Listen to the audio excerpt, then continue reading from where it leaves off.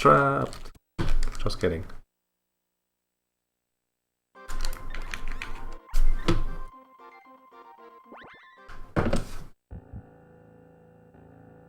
Oh.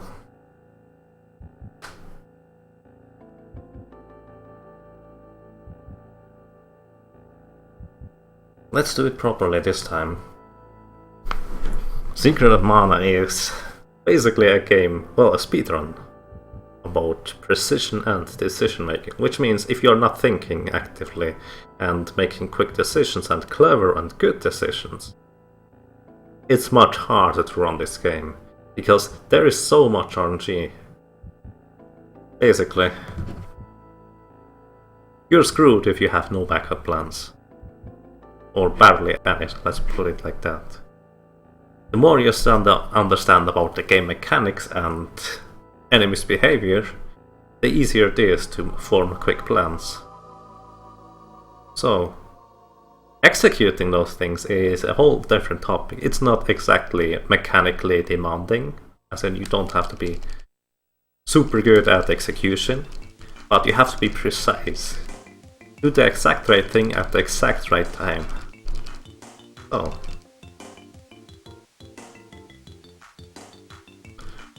Let's try this again.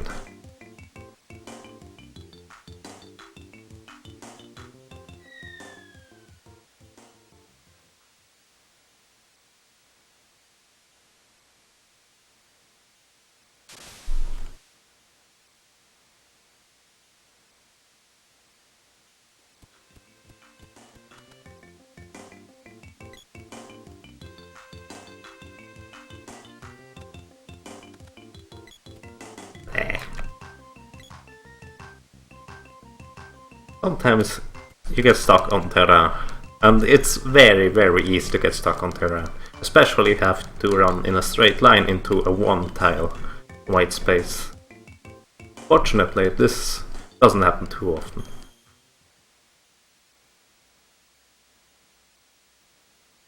Oh. We talk to the sword, well, I guess to the ghost, which is technically the sword.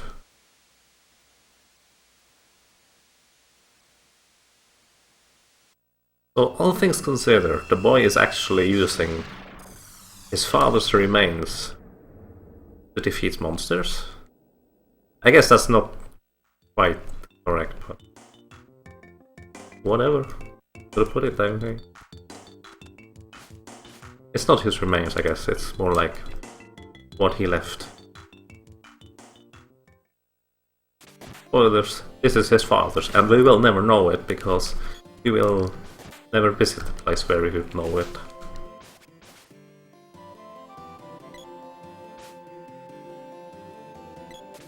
Oh. That's a good rabbit. I approve of this. He was very good in dodging. And I guess I'm bad at hitting. Which goes hand in hand at the end.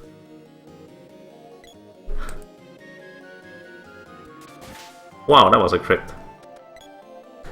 I'm very surprised whenever I get a crit, because critting is really rare. As in, you only have about a 2 to 3% chance of critting.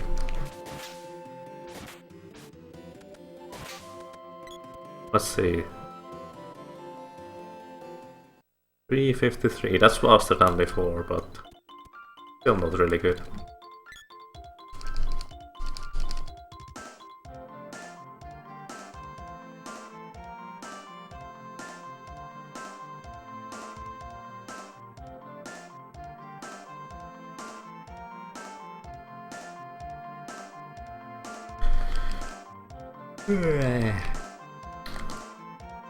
What do you think? Greetings, SRL Paul. Mr. Broman, what do you think? Is Borderlands 2 worth it for someone who doesn't usually play FPS games? Is it a good game?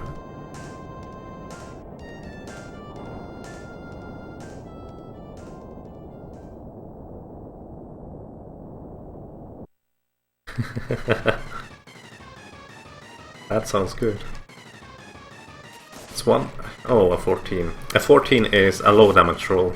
If I get too many 14s during this encounter, I will have to do an additional hit, which costs a few seconds.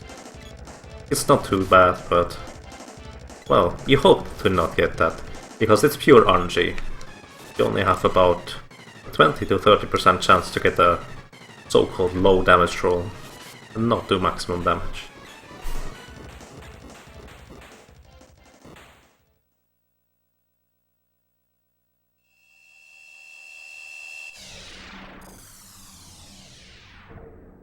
See you, Stinger. Have fun.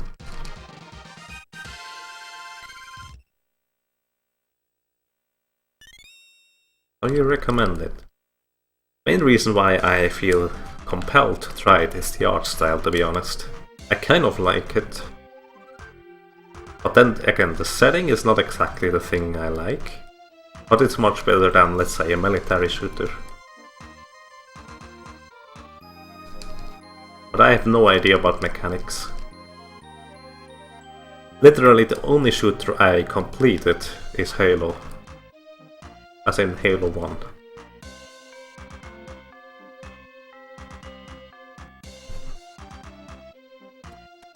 Which was not too bad.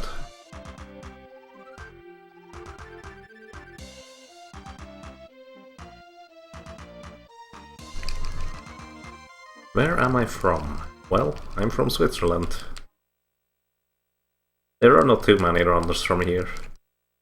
But there is one other runner who used to play Secret of Mana and unfortunately doesn't anymore, at least not currently.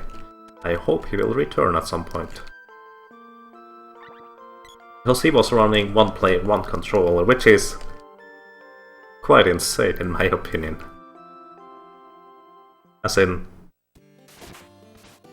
there is a ton of RNG involved in one player, two controllers, but by far not as much as there is with one player, one controller.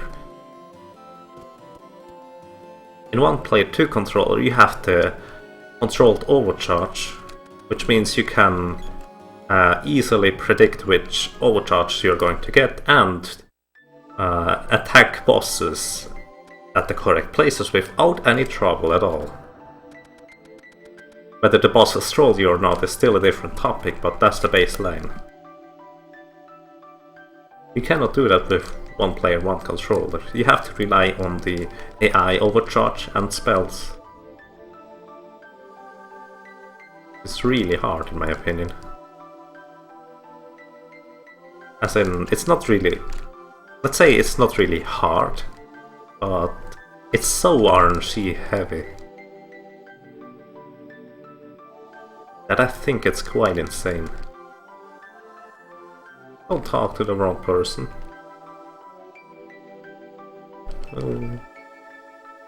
I shouldn't be talking during dialogues, but on the other hand I should be talking only during dialogues. As in, I shouldn't be talking during cutscenes where I have to do something instead of simply mash.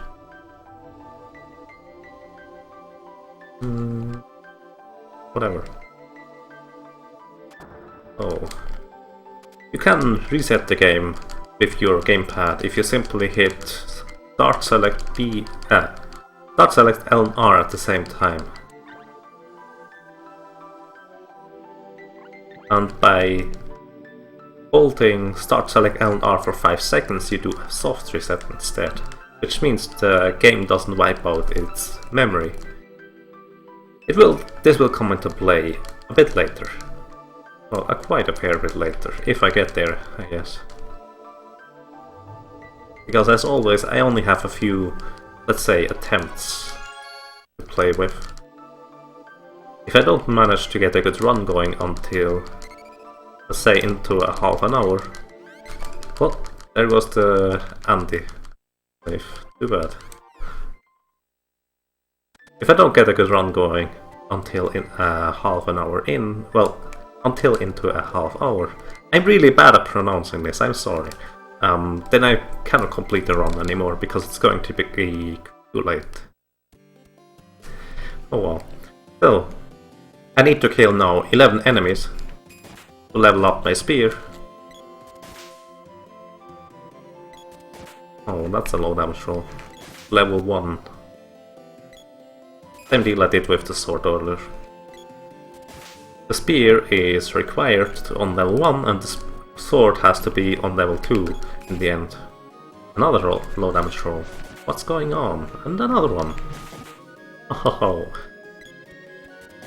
And another one. Wow. The game doesn't like me right now. So, to come back to the levels of the weapons, the spear needs to be on level 1 exactly, and the sword needs to be on level 2 or higher, it doesn't matter. The reason for this is to execute the controlled overcharge glitch to do a ton of damage. We need to have the boy equipped with the spear, charge it up to level 1, swap it to the sword, it will instantly be on level 2, charged up, swap it back to the spear and it will overcharge. And you can only do that with 2 controllers. So, that's the main method of killing bosses. But, well, it sounds easy to kill bosses that way, it actually isn't. Those guys have exactly 64 HP, which means 3 times 21 makes 63. Which means those guys have exactly 1 HP left after I hit them 3 times for 21 damage. Now that I leveled up, I do 22 damage instead. Oh. This guy had a low damage roll, and I already leveled up my weapon. That's pretty neat actually. So, Goblin. That was silly. For some reason, you can, without any trouble, walk past blue slimes and red slimes when they split, but it doesn't work against green slimes for some reason. I have no idea why that is. Oh. I click away the text box.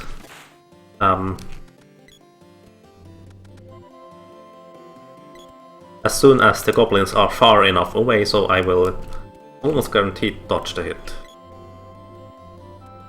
They are currently doing.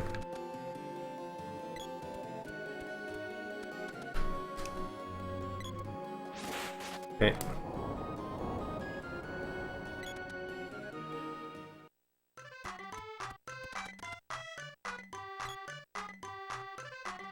Greetings, Jevon.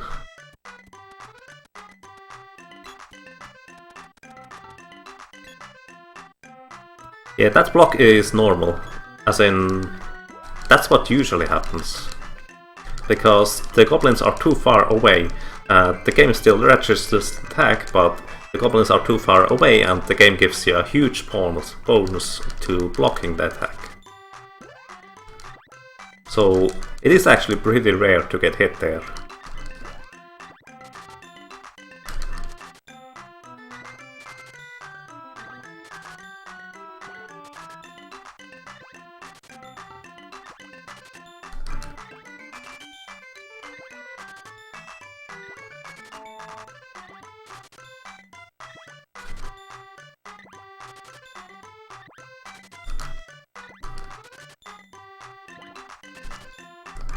So now that we have a ton of money, we get 2 candies because we don't need any more. We get 2 medical herbs because we don't need any more. And 2 cups of wishes. Only exactly 2 of those items because, well, we used some black magic, voodoo magic as someone described it earlier, which involves a trash can, which is pretty dark inside by the way, to multiplicate our items to be 8. Well, it shows 0 in the inventory, but it's technically 8.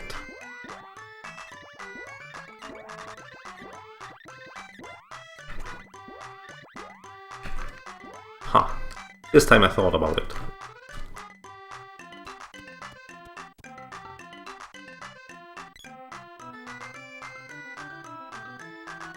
So now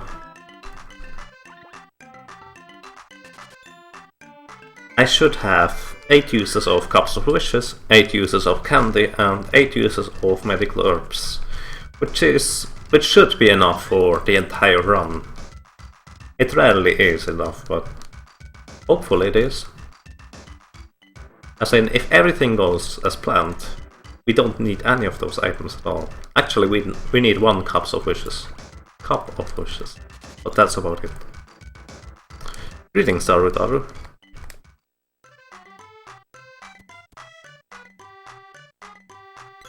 How often do we upgrade the armor? Well, this is the first upgrade basically, during the Dwarven Village visit. And the second upgrade is in the desert, and the last upgrade will be on the Sunken Continent, as in the final armor. Between the desert and the Sunken Continent we do not upgrade the armor anymore, which in certain parts makes it the most difficult parts because we don't have any armor.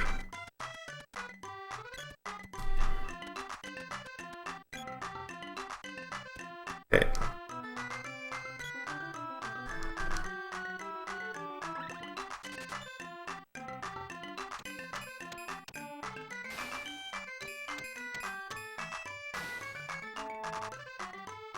So, the Tropical. The Tropical is an interesting boss. When he first appears, you can hit him once and then he will burrow.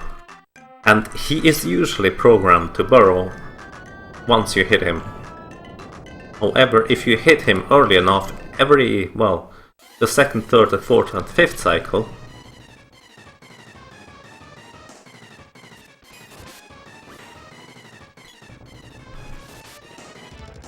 he will not burrow again.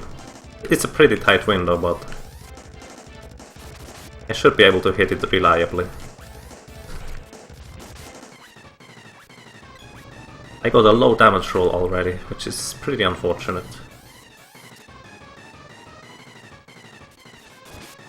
That was almost a bit late. Now if I could... Wow, that was a crit. Okay, if I get good damage rolls and a crit for example, I can kill him with the second hit here.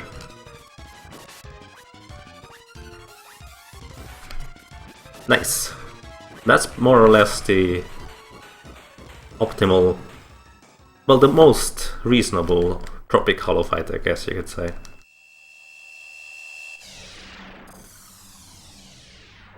Yeah, the early game, as in until you get your full party and Undine, well, even after Undine, let's say until you get out of this first area, you get beaten up pretty badly in a casual run. It's not a nice game, early game.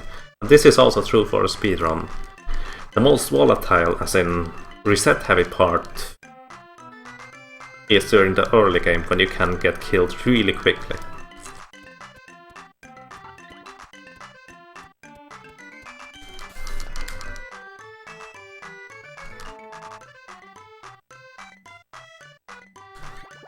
Thank you, Ron the Watcher.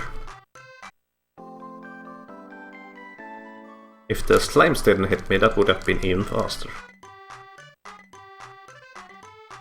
But I made a slight, well, mistake you could say. I stood a little bit too near and they hit me. So that was entirely my mistake, getting hit by those slimes. It wasn't even RNG. The RNG was more or less perfect so far. Well, as good as it can be. Let's put it that way. I mean, there was even a crit inside. Which is so rare. Yeah, that crit helped indeed. As in, I think I would have gotten the kill on the Tropic Hollow. Maybe.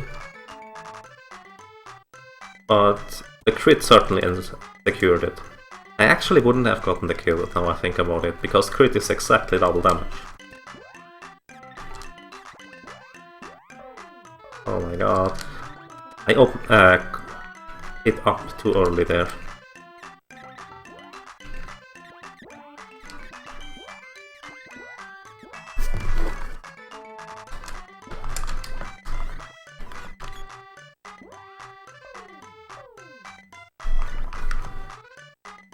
That was a bit slow on the menuing.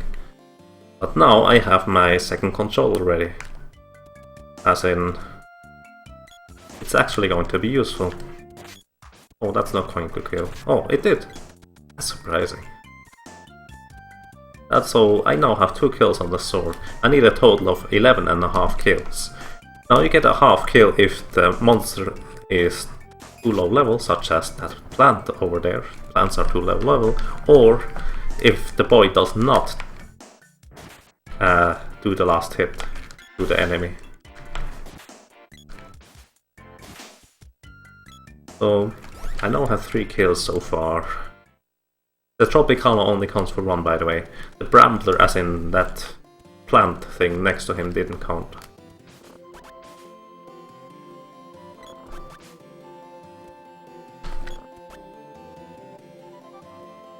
So, buying some berry walnuts.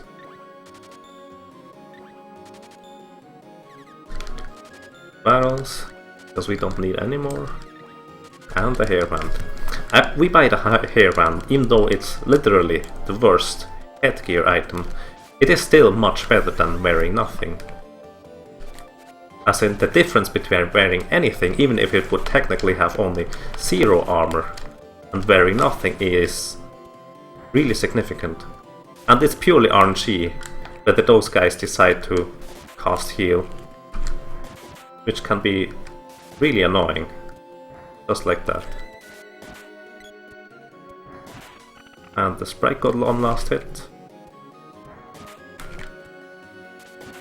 which makes it 3.5. Okay, 4.5 kills so far.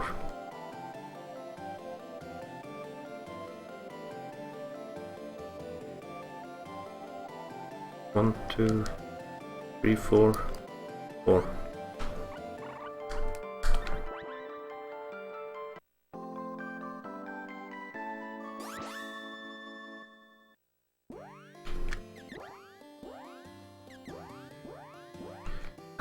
Menuing is so hard.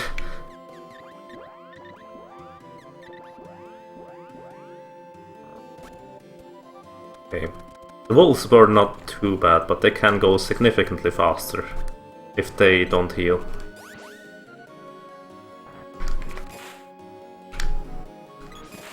I deliberately spawned another Robin Hood here. So... Uh-oh. Oh! Stop hitting me. So I can get another kill. That was a low damage roll, otherwise he would have died right there. But that was a little bit of a waste of time. So...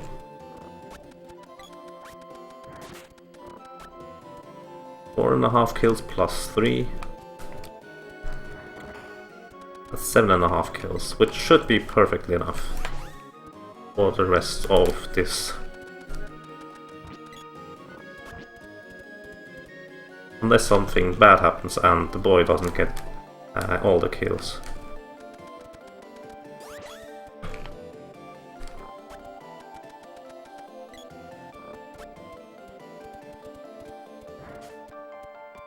Come on, lady. Also, by the way, as you can clearly tell, the AI characters are not necessarily good in following you around. I will kill this guy just for safety, by the way. He is not necessary. The AI is not really good in following you around at all. So... we have to manipulate them constantly to run through areas. Running straight to the left here avoids them getting stuck behind the corner. Running right here gets them past the wolf down there, etc.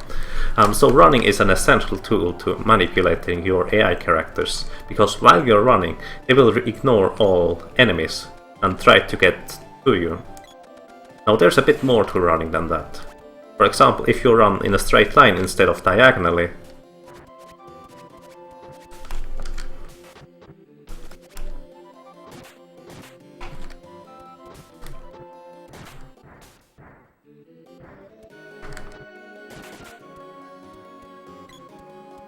Okay, those could have gone worse. If you run in a straight line instead of diagonally, your AI characters will, or partners I guess, will try to follow you right behind you in your footsteps.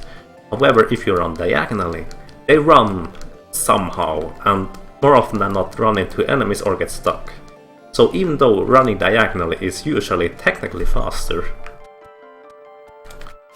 more often than not it's more beneficial to run in a straight line to manipulate your AI partners, move in a proper way.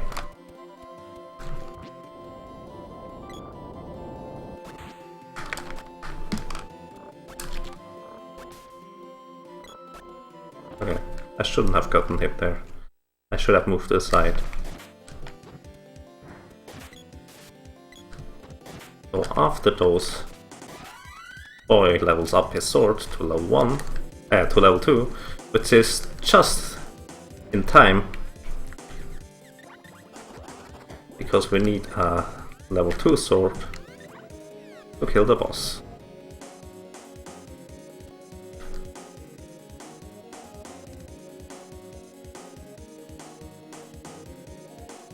I'm off. Greetings, Skyline.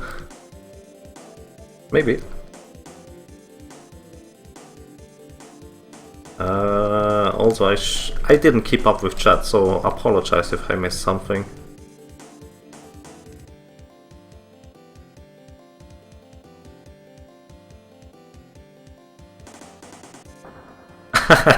I don't know, Kagan. That's actually a good point. As in, we can run completely different, ignoring what we had to do up to now. Oh.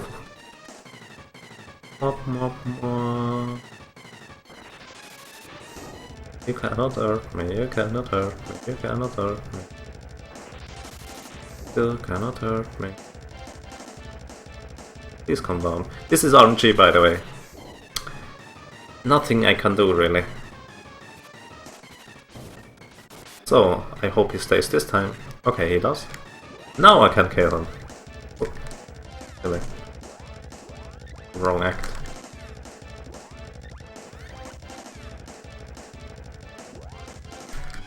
And just by pure RNG, I basically lost a fair bit of time there.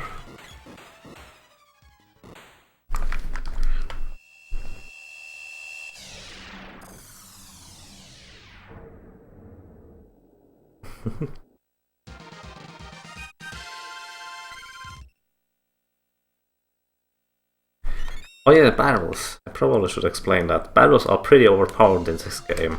As in, if you are in a barrel, you cannot attack, but you can also not get hit at all, unless for specific spells, let's put it that way. So the barrels are really overpowered in this game. I can stand in the monster's face, and most of the time they cannot do anything at all.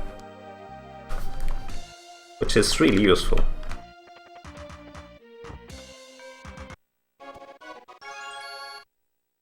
So we use barrels for 2 bosses total. One is for the Spiky Tiger, to hopefully make him eat the barrel and not jump away again as he did in the very beginning.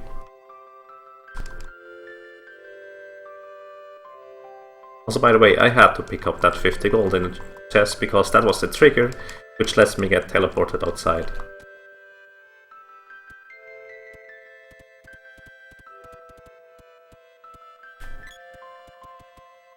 Yeah, barrels are overpowered, basically.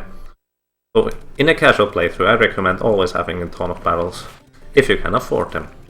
You can afford them if you do the money glitch, obviously.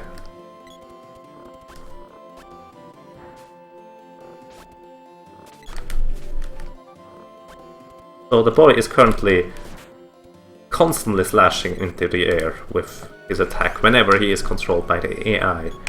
This is because he is scheduled to charge up his weapon to level 1 as soon as possible, whenever he can. Because I told him to do so earlier. Now that I switched the whip, he cannot do that anymore. So he won't. Now I switch back to the spear. and the boy will never charge up his weapon again, which is pretty good. So, the second version of the overcharge glitch, which is the one we basically use all the time, is this one. We charge up the weapon with the first controller, activate the second controller, get the second controller with the level 2 weapon, switch out weapon, switch weapon back. And now the character is overcharging the attack, and we kill the boss. It's that simple.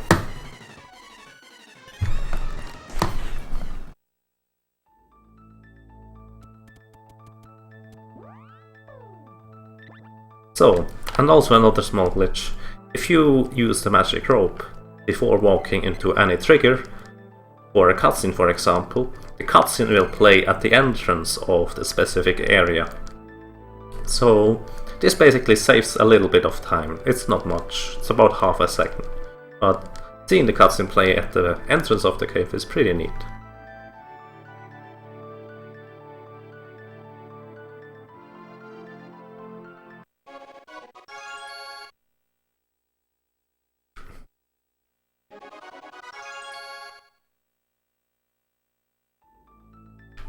So yeah, I apologize, I can really not keep up with the chat currently.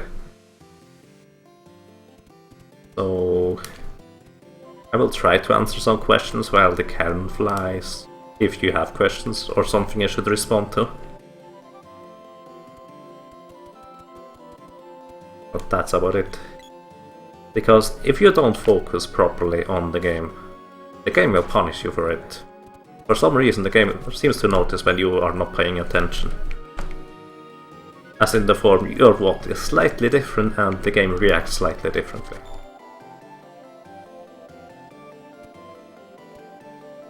I forgot what we like. Besides overcharging, charging is kinda garbage in the game. I don't understand the question beyond. Or is that... what's there something prior to this? Oh, for a one-player, one-controller run, that is. Yeah, in the one-player, one-controller run, overcharging is technically still stronger. However, you cannot properly control it, which is the main reason why you don't use it in a one-player, one-controller run.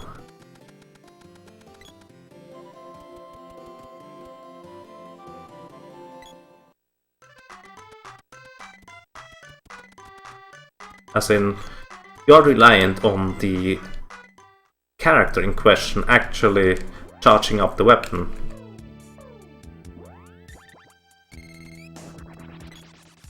As in your AI partner.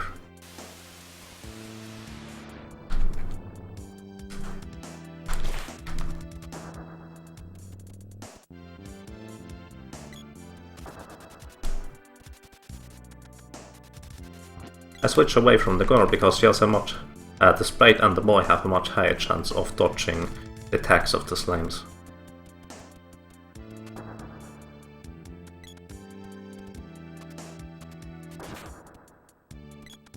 Also, I keep the control of the sprite right here. I want him to switch his weapon to the whip.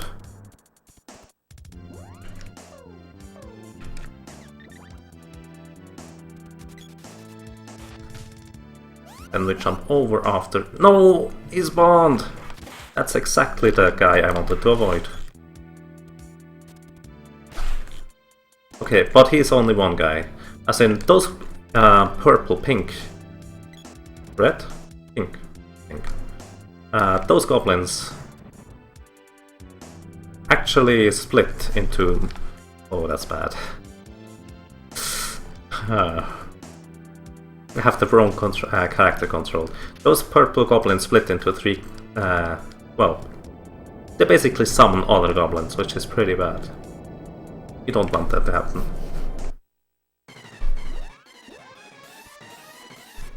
Ah. Bye bye. Bastard. Yeah, that's RNG if he simply decides to move away.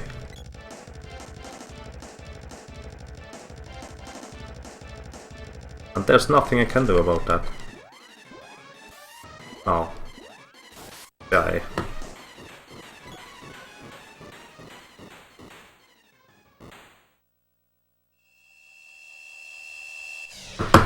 Chain magic is the best thing for every boss in a casual player run. Even in one player one controller, you use your AI control characters to do overcharge attacks. On bosses where it's convenient, obviously. But you also have to consider your levels and leveling up magic, so you also spam magic most of the time.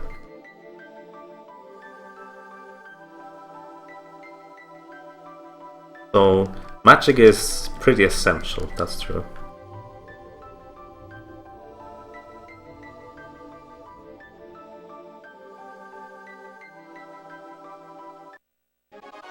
Yeah, besides the goblin spawning in a horrible position, which didn't cost me too much time, fortunately, and the fire guy is deciding to instantly, well, leave, I guess. It wasn't too bad. Now, the Geiges are very interesting bosses to hit. As in, after they appear, if you stand in front of them, they will always do a melee attack, and they will have literally 0 frames where you can hit them. So you have to make sure to not stand in front of them while he appears. And then you have only about half a second of time to hit him before he does his attacks. So it's a very specific timing on when you can hit them.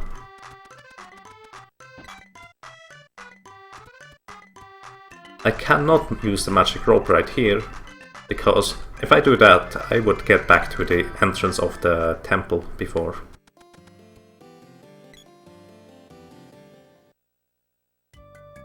And once again we walk outside of the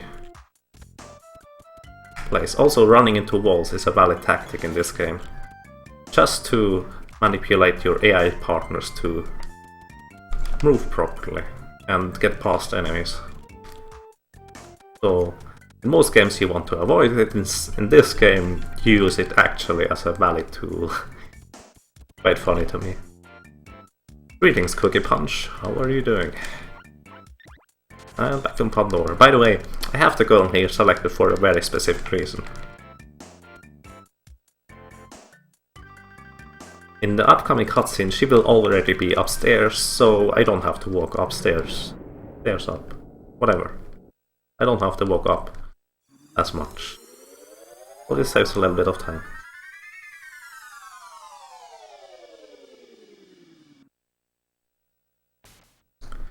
So, let's see where Fanna is going. The lady didn't troll me this time, and Fanna didn't walk all the way to the right either. Nice.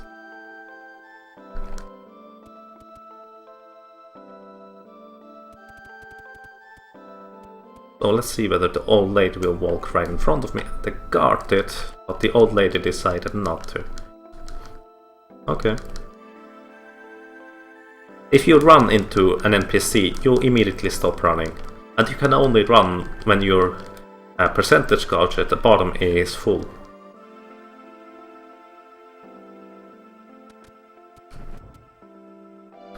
Okay. Let's see whether I can do this again.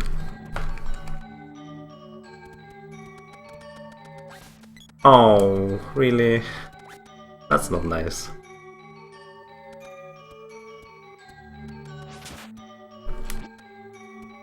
I want to guide my sprite, well the sprite, past the sword there, so that's why I switch. Also running up left here despawns the tomato guy on the bottom, running up left here despawns the tomato guy, which is those guys by the way, up top the stairs. They're called Tomato Man, so I call them Tomato Guys. They summon zombies and cast spells. Usually. Not always. So this was very clean ruins, with the exception of the Unji part where the horse decided to hit me. Well, the checkmaster, I guess.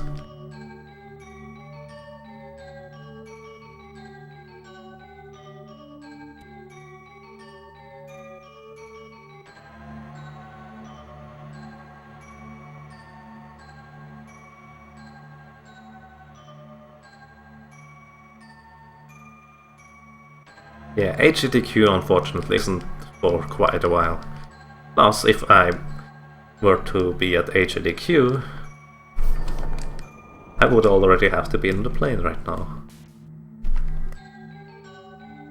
So, well, if it was tomorrow, obviously.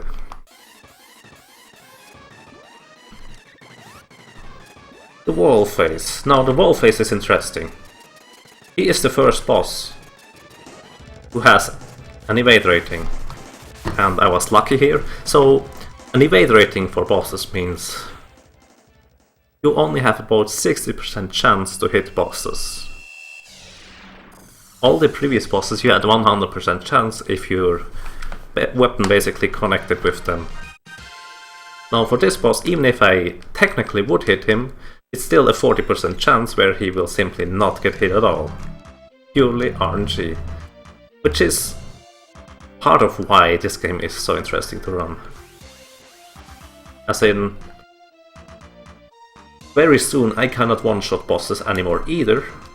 As in, I have a less than 50% chance to one-shot the next two bosses.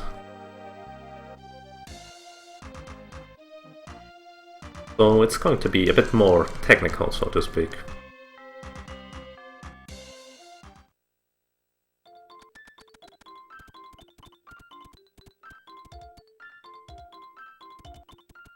Once again swapping to the girl.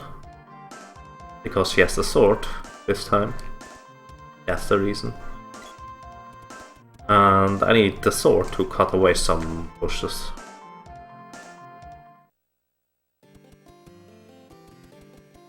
That was interesting. Usually the sprite gets somewhat hit there. This time it was the girl.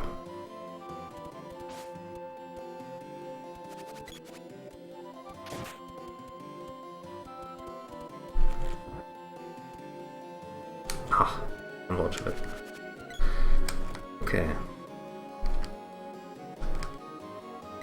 Lucahia's level, thank you.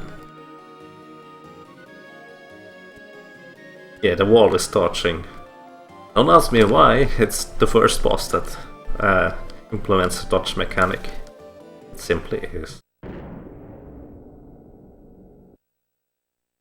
The wall is a ninja. I approve.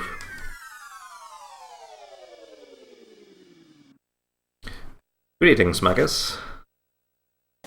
Wow, we one-shot that. He landing on it, standing up, it is dead. It is entirely pointless, but funny. As in, it has no benefits. It actually has a little bit of benefits. Because my AI partners will not react to the bee and potentially get stuck. Oh, there's that. Thank you, bee.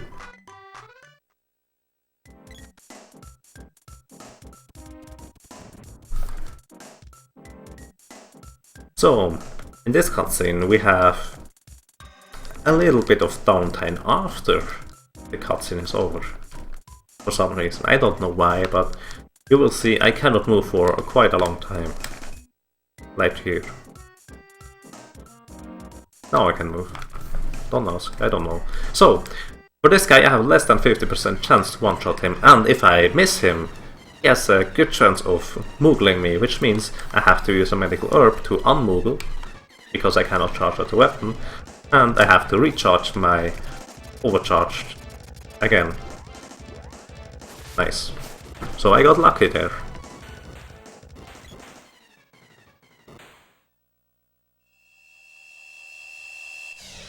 Are there other categories besides any percent? Well, technically this isn't any percent right now. This is any percent one controller, one player, two controllers. The actual any percent would be one player, one controller, which is considerably more RNG and difficult in my opinion.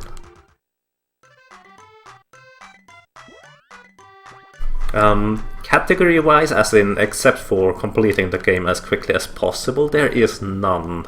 We talked about getting a category where we defeat all the bosses, but that's about it. Never, no one has ever done anything besides simply completing the game as fast as possible.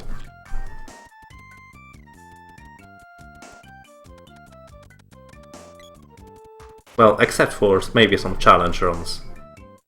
As in, maybe complete the game only with the girl, etc. To the Water Palace. Thank you.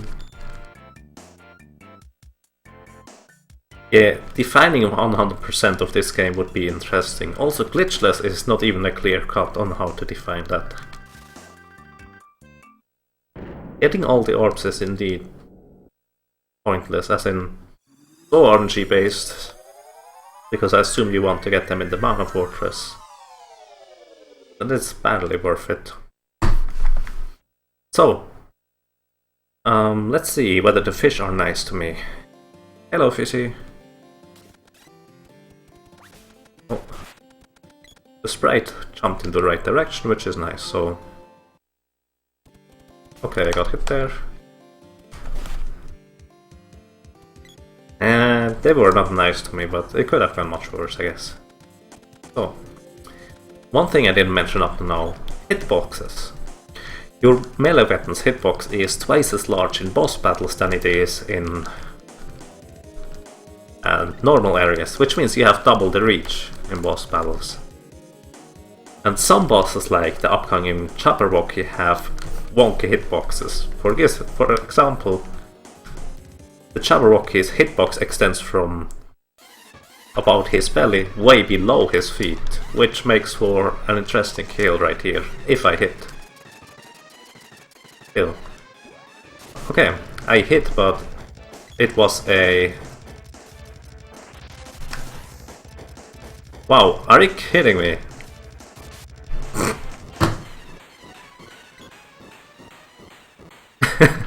Yeah, okay. So, I basically wind-slashed him from down there. So what just happened right there is... I hit him, but it was a low damage roll. Which means I did less than the maximum amount of damage. Or, well, RNG, basically. So I didn't one-shot him.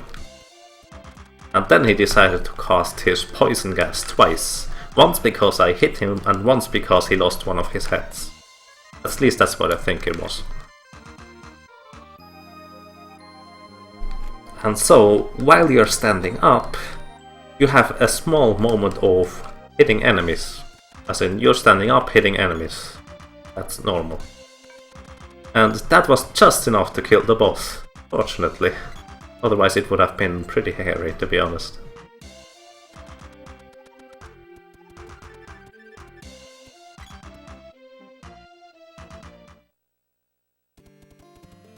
So, let's see. Looks like it's going to be sub 49 out of the first area, which is pretty good, in my opinion. As in, I accept anything that is sub 50, but sub 49 is considerably better, obviously. To the upper land, please, and off you go.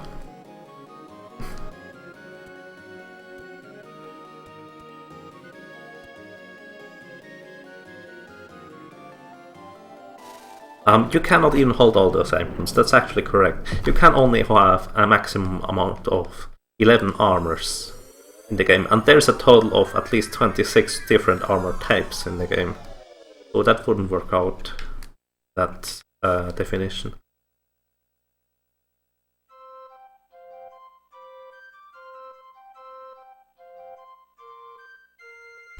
Okay, I have to talk with any Moogle here.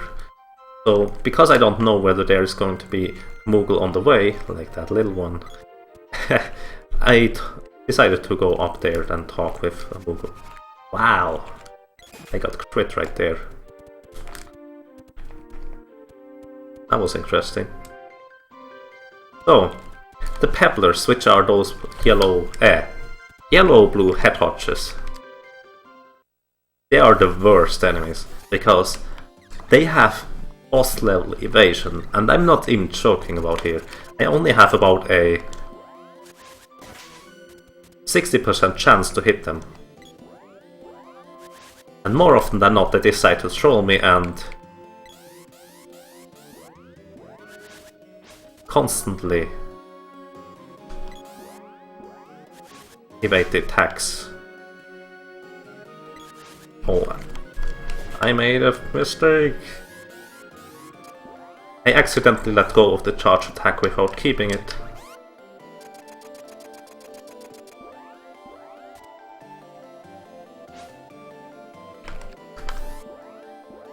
Okay, he's dead. Sprite died, which is really bad because I need him. So that cost me a ton of time, and I will lose a ton of time on this split, by the way, because this split in my PB is literally perfect. So I will lose about a minute, I think. Purely because of the trolling right there. And this. Every single little thing that goes wrong here adds up to how much time I lose on this split, which is pretty crazy, all things considered. At least the Owls didn't decide to troll me this time. It's pretty nice.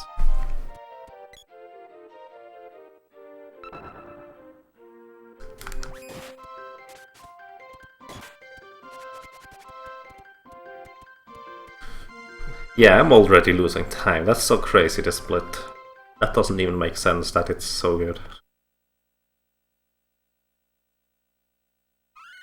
So, the Springbeak is another interesting boss with hitboxes. He has a hitbox on his beak, which means if I hit his beak during any time of my attack,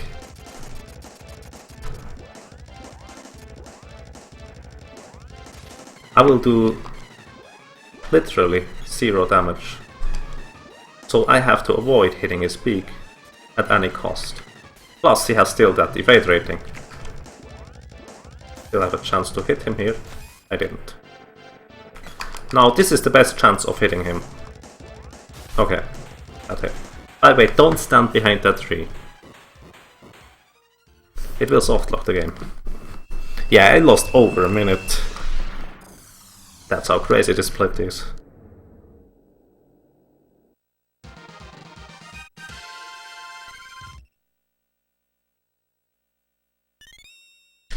So, again, to clarify, if I would have hit the beak of the Springbeak during any time of my attack, let's say a whirlwind attack,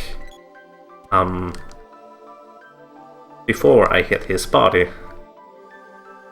he would not take any damage at all, and his beak hitbox is pretty large. Plus, as mentioned earlier, the melee weapon's hitbox is twice as large in boss battles, so a whirlwind attack will almost cover the entire screen. And will do 0 damage most of the time, unless you stand very, very, very far away from him towards the top or towards his back.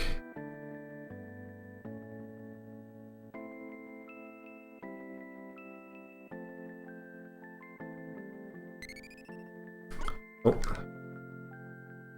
Don't need to save. Also, I revived the sprite, even though it was technically not absolutely necessary. That was simply for safety, because the Springbeak can also cast spells, and, well, if he cast Lightning Bolt, he would have killed both the boy and the girl. Which would have cost even more time than simply healing the sprite earlier.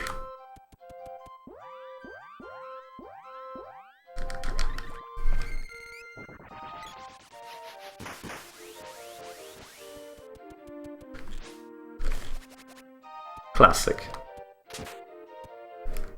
I don't like owls, at least not those ones.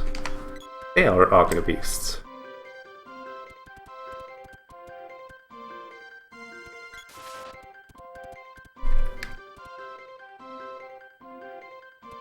So, this is not the fastest way, as in distance-wise.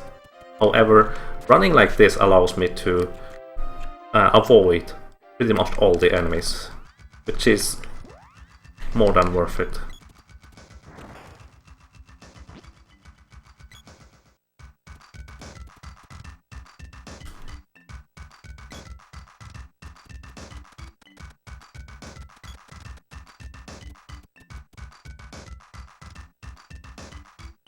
Ah. Okay. Go away. Okay. Select skipping through NPCs is pretty easy, all things considered. And we basically now just skipped a cutscene of about 40 seconds. Pretty neat. Because we don't have to talk to the king, we can simply go on without him. And again, running into walls is a valid tactic in this game.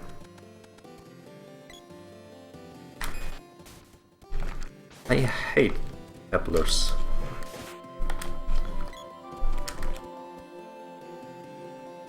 They are so hard to hit. They're incredible.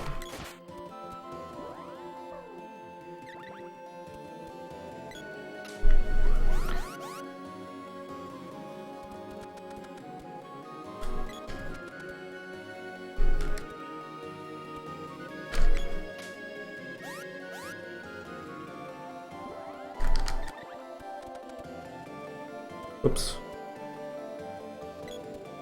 Okay. I move a bit up here, so I can run straight to the left past all the enemies. Otherwise they would get in my way. Most of the time. Not always.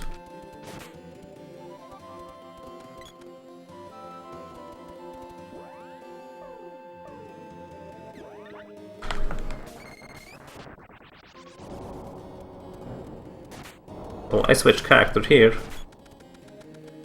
so I can still move during that text box. If you cast a spell, then switch character, and the text box appears because of that spell, the text box will not lock you down. They can still move. The little things. So, the Great Viper is the first boss I cannot one-shot.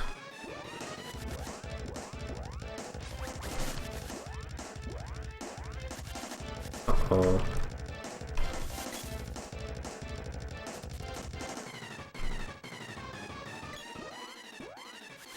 Okay. But he is also the last boss, which doesn't have an evade rating anymore. So that's that. So getting hit by the Great Viper can be really devastating, because he can swallow you and pygmy. Pygmy will do a great deal of damage, plus you have to use a medical herb so you're not pygmied anymore. And once you're not pygmied anymore, you have to reset your charge attack, and during that time this Viper will keep roaming around and trying to kill you, obviously. And he has a fairly good kill potential if you don't kill him quickly. Usually I try to lock him down with spells with slowdown or analysis, so he doesn't move. But he got out of range too early, so I wasn't able to do that. The split is yellow because it is a PB split, as in I have never gotten a better time at this split so far. So despite me getting hit by that pebbler, other than that it was really good. It could have still been about 5 seconds faster, let's put it that way. Oh no. I completely messed up running there. I could run straight down and not get hit at all. Oh well, that happens. So, we go to Kakara, as in the desert.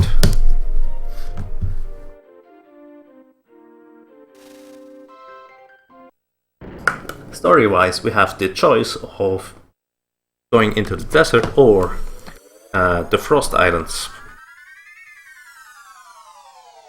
To complete the desert entirely, we need to go to the Frost Islands first, and to get the Spirit of Fire, Salamander. Otherwise we cannot complete the Fire Palace. Why do we go to the desert anyways? The reason is this little part here, landing amidst the desert, getting stranded and, well, moving to a sand ship. Basically that whole scene is the reason why we go to Kakara first, because unless you already experienced that scene, you cannot fly directly from the ice country over to Kakara. You would have to go via Matango, which means an additional cannon travel, which ultimately would be slower than directly going to Kakara over to the Frost country and then back to Kakara.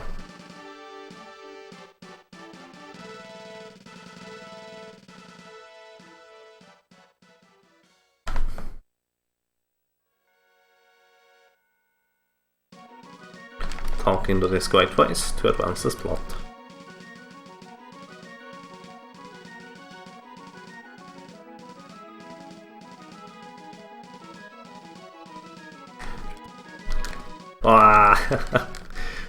I tried to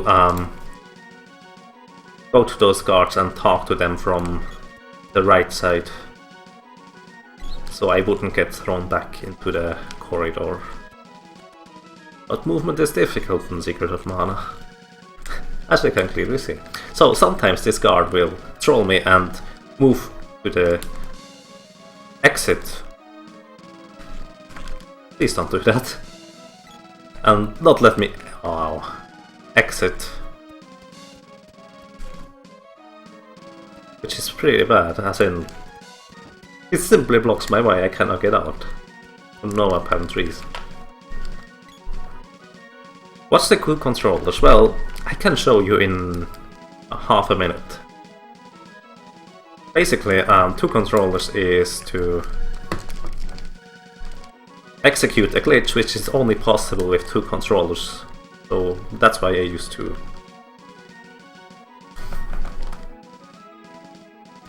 The glitch is called controlled overcharge, as we call it. Or as I call it, I guess. Whatever, in any case, it lets you execute a charge attack, which is much higher than the game intends you to do. You execute about a level 100 charge attack instead of a level 1, as you're supposed to. The way we do that is we charge up the spear, level 1, switch out with the level 2 weapon, switch back to a spear, which is only level 1 maximum, and we do a ton of damage. Boom.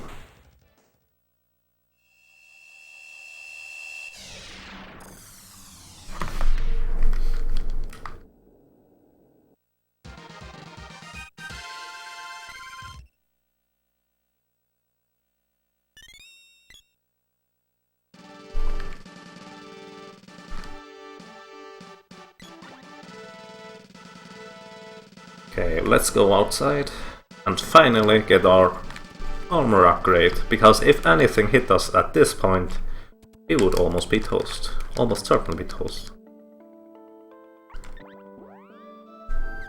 I used one of those.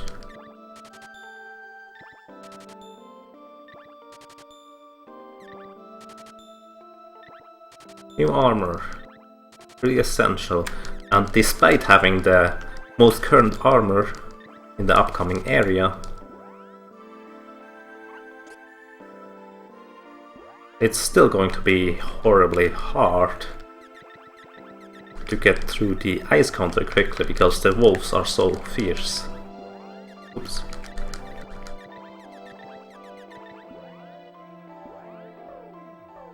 Because the wolves are so fierce, we are going to use Frost Weapon. Make sure you don't move before the spell completes, otherwise it will go, well, into nothingness.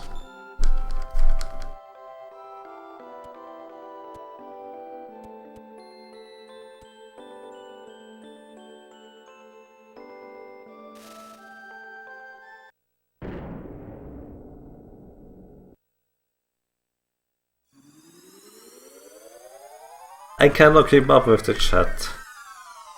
Be nice to each other, please. I have no idea what you're currently talking about, but it sounds interesting. So, this is, in my opinion, most random and in effect difficult part in a speedrun to move through this area. The first area went well. Let's see how the second and third one go.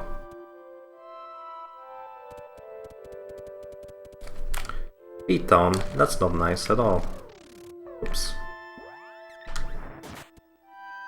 So we use frost weapons for turning enemies into snowmen, which is extremely useful because snowmen are by the NPCs not considered to be enemies, so they will ignore them. Excellent. We got past those guys without any trouble at all.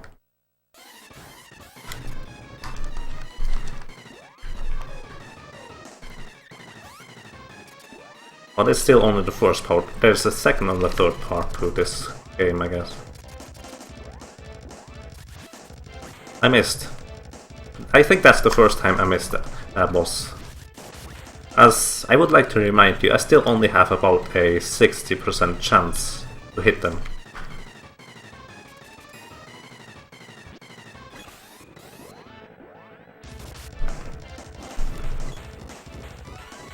Oh, by the way, there's one thing I didn't explain yet.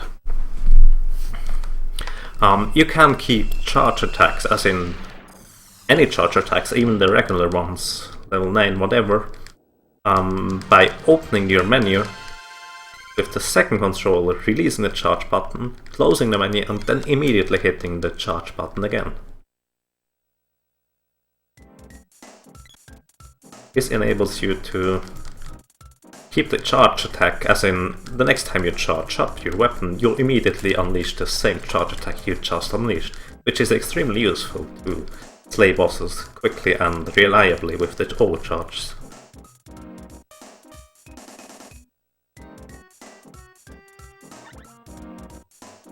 For a brief second,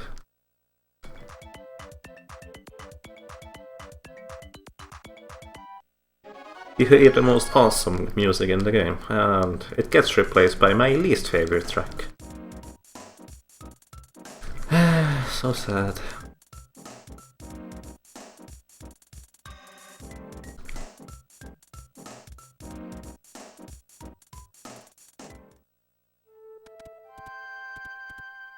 Okay, Ninja Turtles. Do you like turtles? I don't. And those guys are the reason.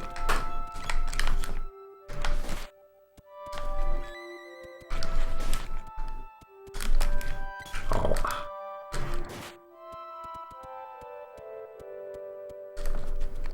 Okay, I feel like I handled that pretty well so far. Now this thing is hard. Okay, nice. I got past without much trouble. Which is not usual, let's say, put it that way.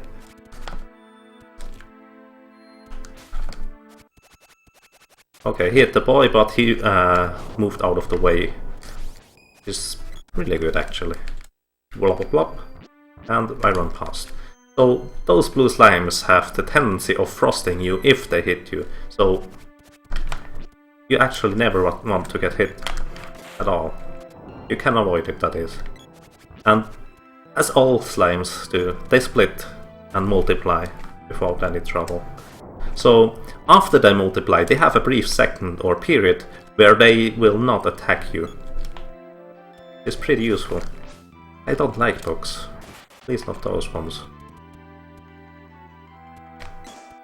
So we abuse that short do-nothing period of the slimes to walk past them unharmed. However, sometimes they are in such horrible positions that we have to resort to other means to get past them. So, for this mini-boss, obviously I want to get a specific overcharge attack. To get a specific overcharge attack, missed it? Another chance.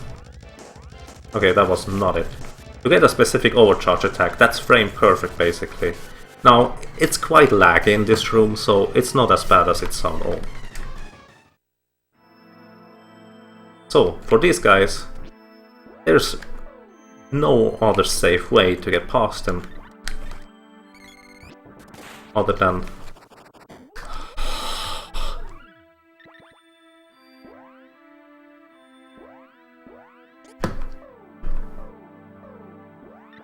other than ballooning them. And I ballooned them twice because they decided to immediately run over.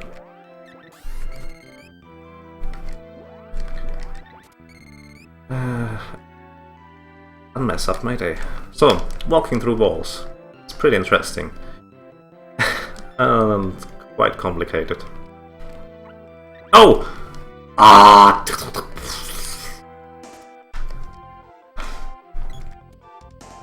You want to say no?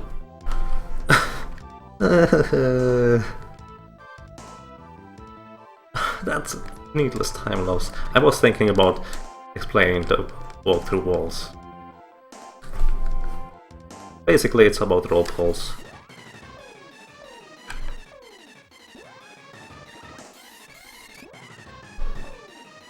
So, the ice guy, I guess I need 2 hits to kill him. Still has the high chance of dodging my attack.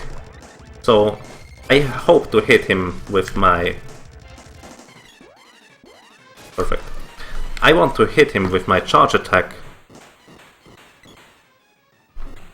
Oh, I lost a lot of time. I messed it up horribly. So I want to hit him with my charge attack. The first action I do is I spell cast, which locks him in place. He does nothing for a long time.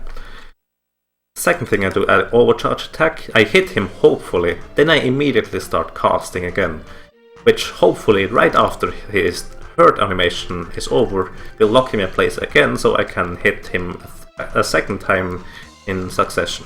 So that was basically a perfect Santa fight. However, my area before that went so poorly, I lost a lot of time for no reason.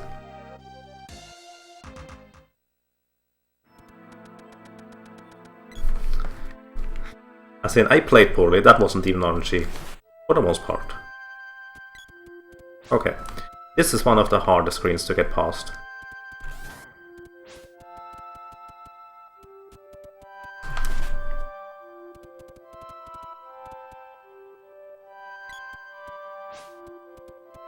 Nice. Excellent. Ah. Stopped running too late.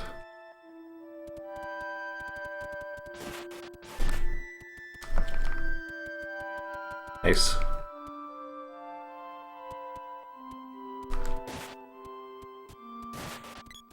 Nice, okay. That was pretty good. That was really good actually. As in, I don't usually get past those guys that well. So, unless I mess up anything in the upcoming area, I will save quite a bit of time. I didn't kill Santa. I freed him by killing him, I guess. He is immortal. At least the good part of him is, right? Okay.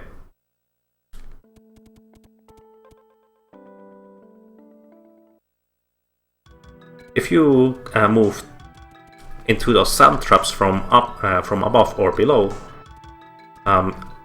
a spider will appear and, well, mess up your day, basically. You don't want that to happen. So, to avoid the next spider to spawn, I walk too far to the right, quote unquote, to avoid spawning the spider. And go on like that. Pretty neat.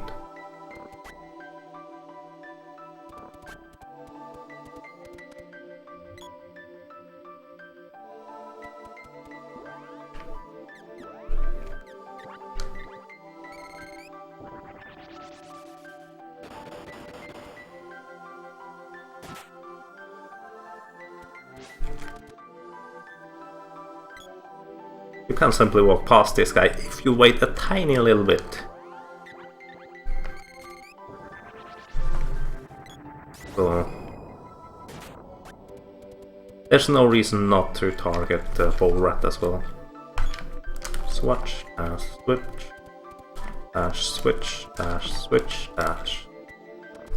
Pretty simple. Here the boy will dodge an attack. That's always the same, by the way, for some reason. Sometimes those clouds will cast a spell, which is pretty nasty, since it will stop me in my tracks. So, second walk through walls. Hang on. Perfect.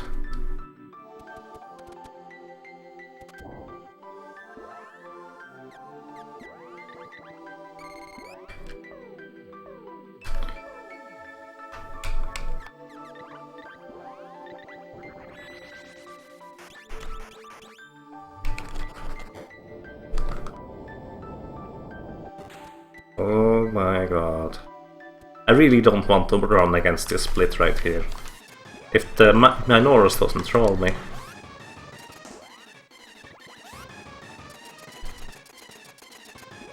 He trolls me. You bastard.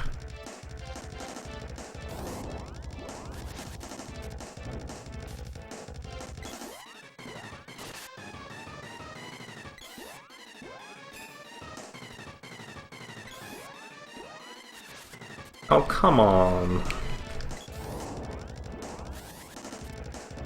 I miss him. It's still that 60% hit chance, by the way. Now he was out of the way. Okay, finally. He trolled me a little, but the area before was so extremely good. They're getting a ton of time.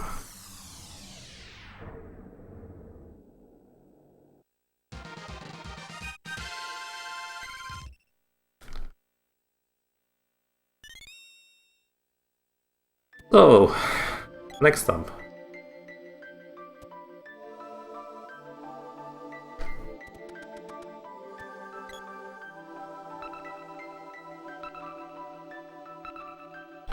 Thank you, Daru, and have fun working, I guess. So, 4 bosses left, and one of the harder segments between this boss and the next boss is right now on. As in the longer ones.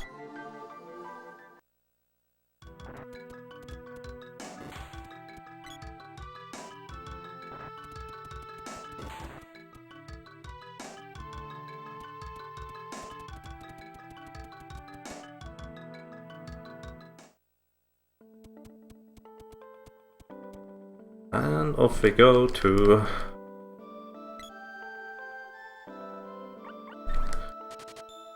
the next part of the game.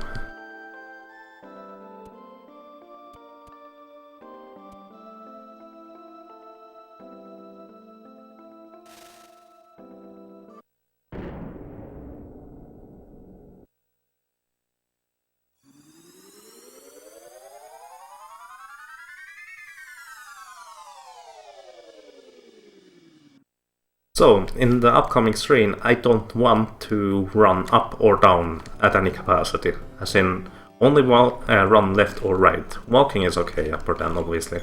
I need to get somewhere. Lady, come on! So, run straight to the left. And the reason we do this is for this part here. If we press perfectly against the wall, we skip talking to this guy.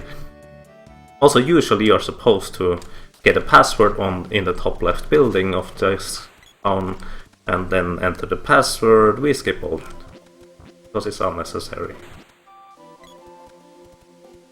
So, waiting for those guys to split, and then we balloon them.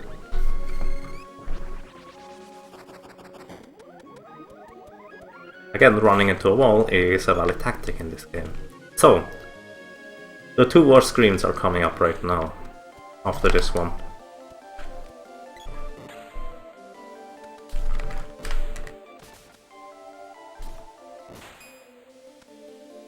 Acid Storm is horrible. Will you please stop that?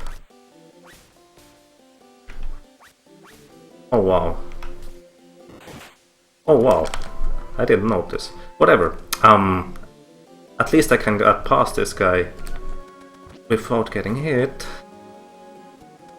Well, that wasn't quite the plan, but technically there is no plan for those fish. So that could have gone better, but at least the characters died quickly, so it isn't too bad.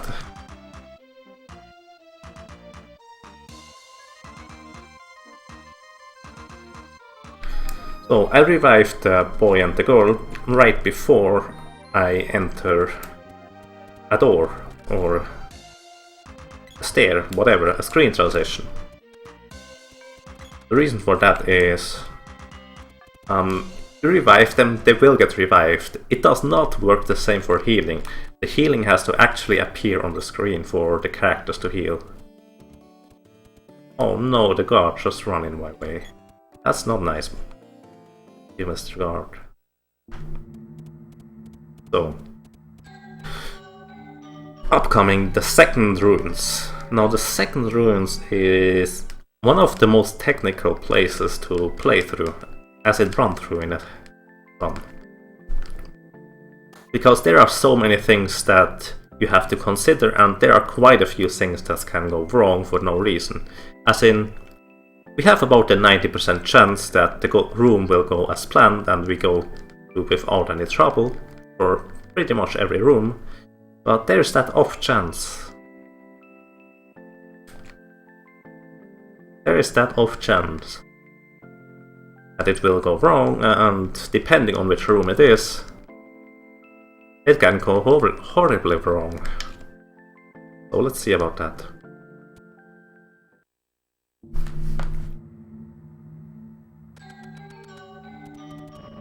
Running straight to the left here and moving in, no problem at all.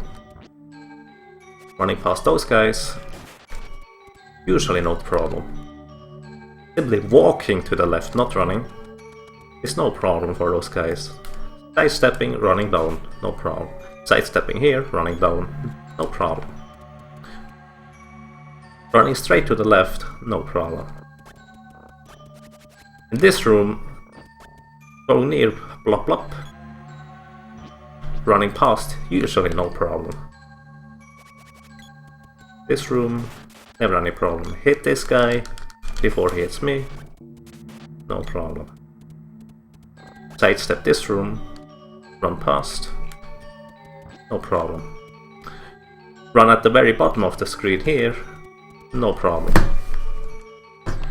Freeze, balloon those guys here before stepping on the switch is necessary, otherwise I will get frozen 99% of the time. So, I step here, run past, no problem. By the way, the slime in the previous switch room almost hit me there because he was attacking so quickly. He doesn't usually do that, so that could have gone wrong. Two controllers here, move into the door, run atop the screen here to the straight left. If I walk diagonally up left, the characters would run straight into the slimes. Hit the right guy here, otherwise he will hit us, usually no problem. Move to the very left here, slowly move down. Moving like that. Okay, I didn't despawn anything useful at all, unfortunately.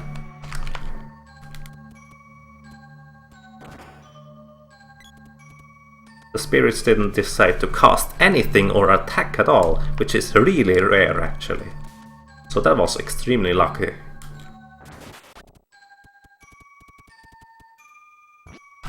Okay. And the second wall phase. Now this boss is interesting.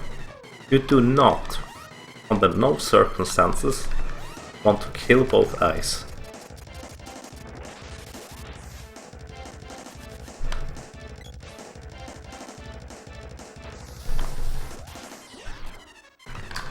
Also the sprite would die, I still need him here.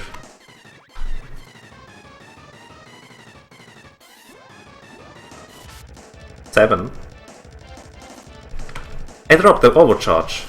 That's horrible. When did I drop the... Oh, come on.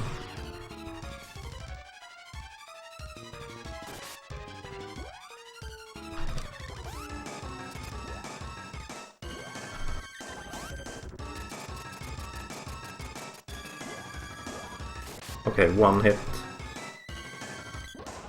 2 hits is usually enough. Okay. So the area and run was pretty decent. However, the wall trolled me there a bit.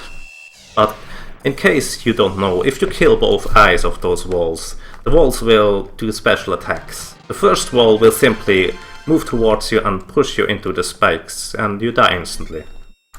It's no problem for a speedrun, because you can't kill me quickly enough, so it doesn't matter. However, for the second wall, he has 2 special attacks, as in a 2-parter. One is massive instant damage, which you do not really survive at this point, because we are low level plus no new armor so far. And the second part is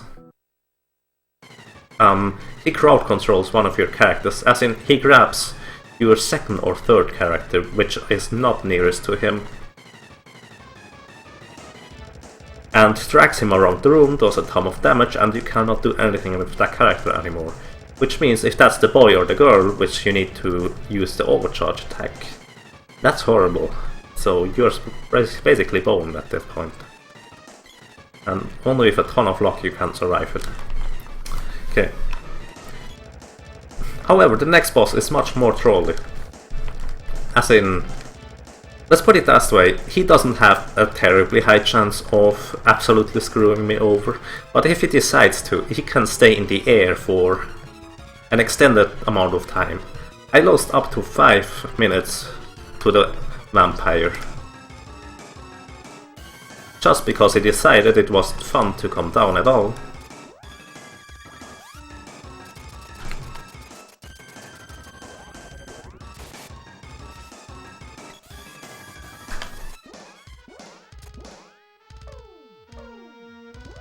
And never get hit, basically.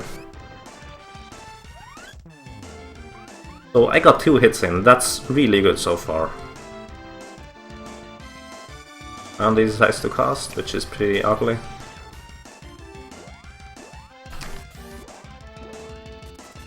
Okay, no. Nice, okay. I was pretty lucky, all things considered.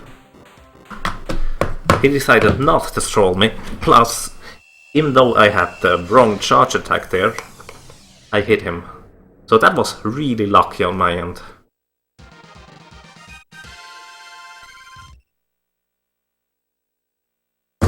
That was a very good fight. As you can see, I lost 35 seconds last time. Just because of RNG. I come from Switzerland. Heuristics. Heuristics?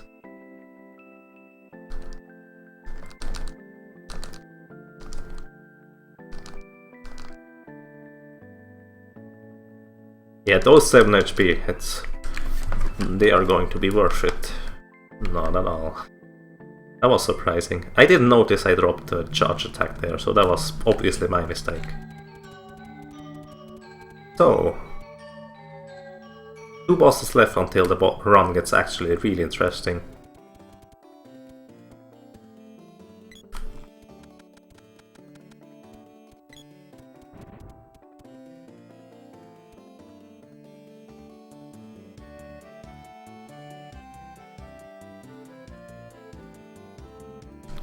Well, many greetings back, Cebu.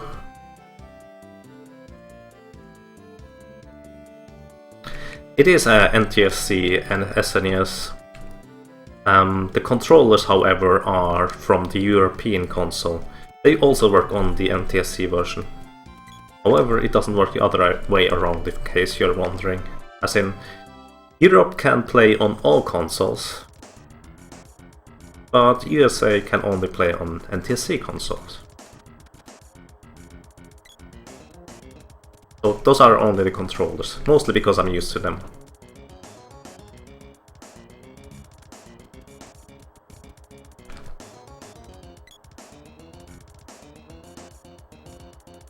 So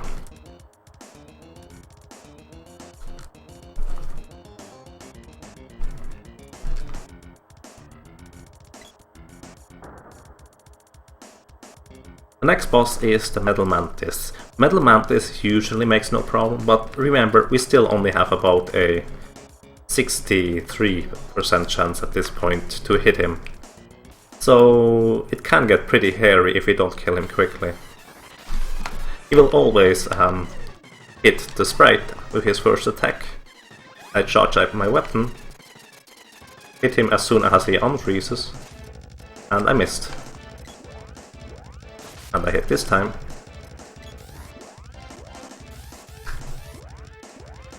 Perfect.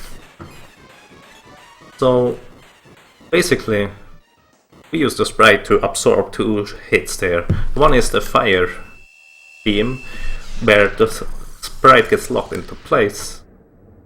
Afterwards I can hit him. Well, I try to anyways. Then the Metal Mantis will move towards the sprite and try to hit him again.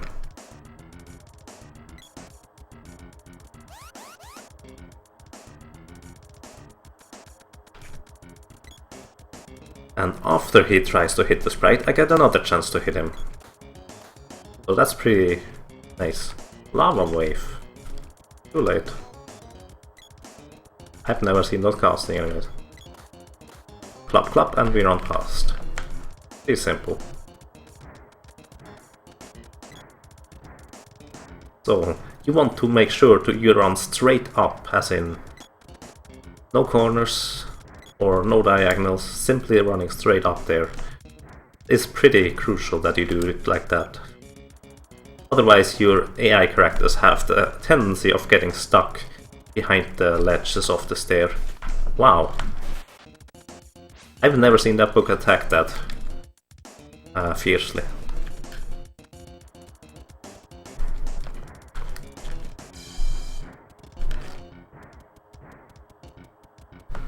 Okay.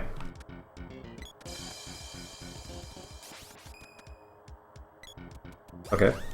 Those ninjas, if they decide to be mean to you, they can crush you, as in one shot basically. But usually they don't. Usually. It once happened that one of the ninjas decided to one-shot the sprite and the girl. It was not a nice sight. So, the second mech rider. Mech riders have interesting mechanics, or AI patterns, so to speak. They try to get on your vertical level, as in my height on the screen, that is. So, as long as they are not yet on my height, they will never dash.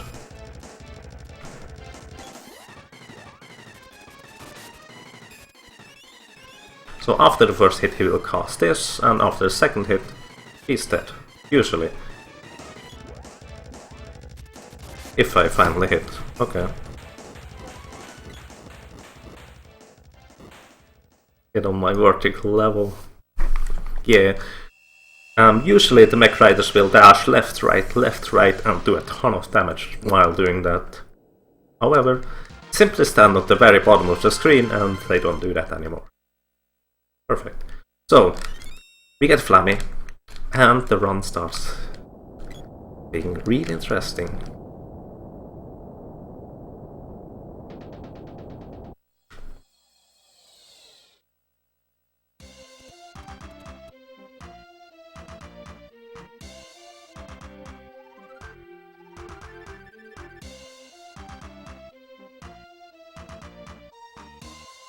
Okay, now we don't go to Matango. That would be silly. We head straight to southwest, to the lofty mountains. Now, I would like to remind you, I still don't have any armor. So those enemies here will crush me if they hit me. They will not instantly kill me, but they have the high tendency of doing a ton of damage.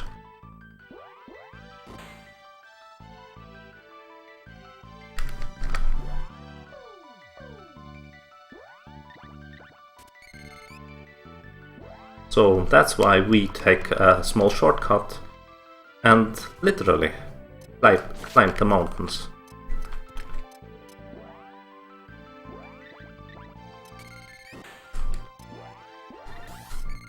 Because that's faster and considerably safer.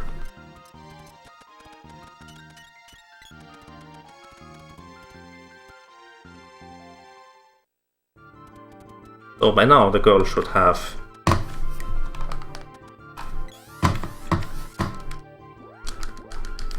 the weapon level 2. And we now skip ahead. So basically what we just did there is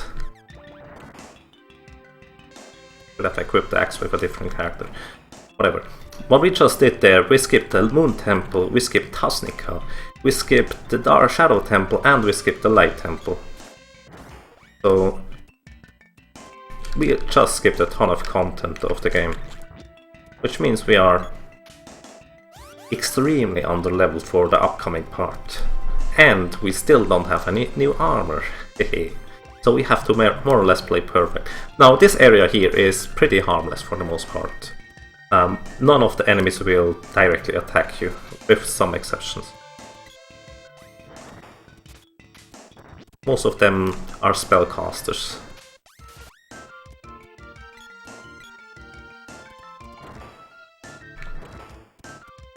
So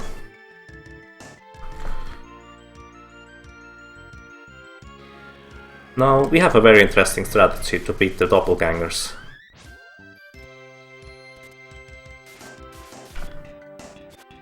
And that is to simply die. No! Don't hit me, please! Don't hit me, please! Ah, that's scary. Luckily, the boy almost always survives at least one hit. I was really scared right there. Oh, the girl also got hit. That was not planned. Oh, wow. Now, the doppelgangers will disappear if the corresponding player disappears or dies, basically. So that's how we dispose of them really quickly. So that's that. Need to switch back to my spear, and off we go.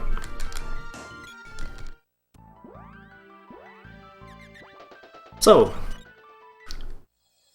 up next is the Acrogopilon, and I'm not going to talk particularly. The reason is, well, quite simple. If I mess up a little bit, I'm dead. It happened already a few times, so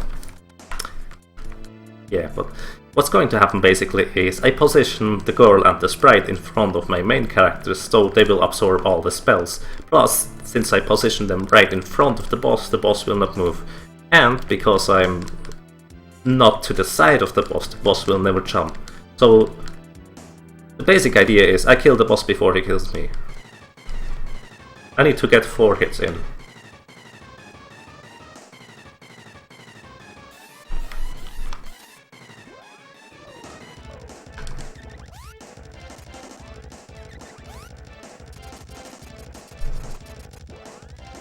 I got the correct charge attack, that's excellent.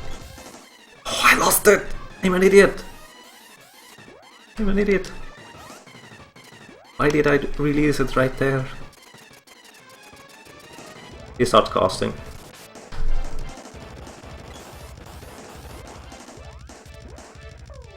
I have to heal the sprite, otherwise the sprite will instantly die. It's a one-shot. Okay.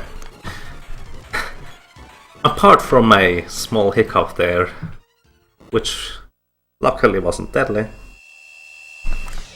it went pretty smooth.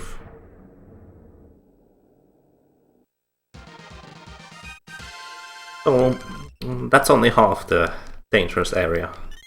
Second part of the dangerous area is coming up right now, which is the really scary part basically.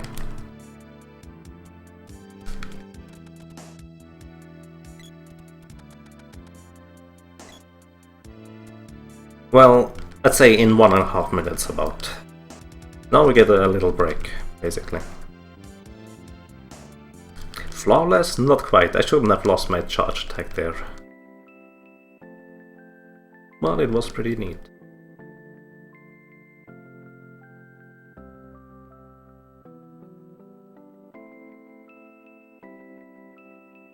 Gained rights powers. Thank you. And we have to go out.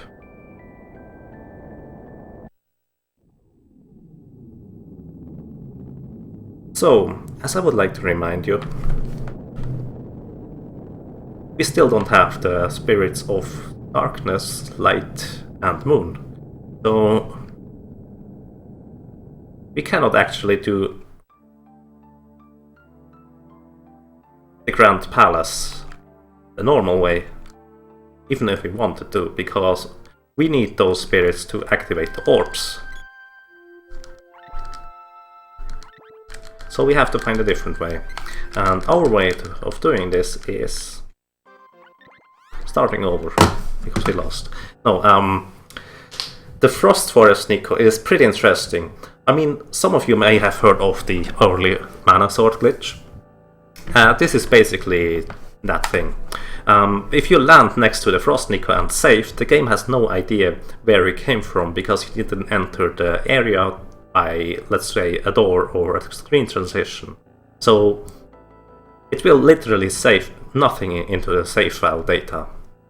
And if you try to load the save normally, the game will crash. However, if you do a soft reset, as in holding start select L and R for 5 seconds, the game will actually not wipe out that information where you are currently in. So I can basically save warp into any screen I'm currently in with that save. And I'm going to save warp into the opening cutscene, where the boys are standing on the log and falling down eventually. This has two effects. One, it will enter cutscene mode where my characters are not supposed to be in, so they are made invisible. Two, the characters will also get teleported to Porto's village. So,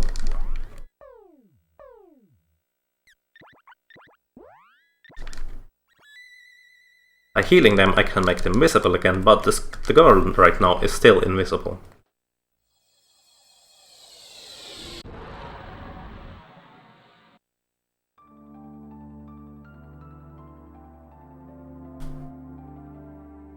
So, now, having an invisible party member is quite interesting, because now I can walk through walls while a text box is open.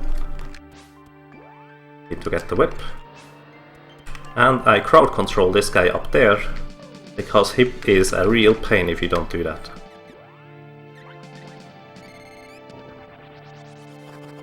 So now we go over there.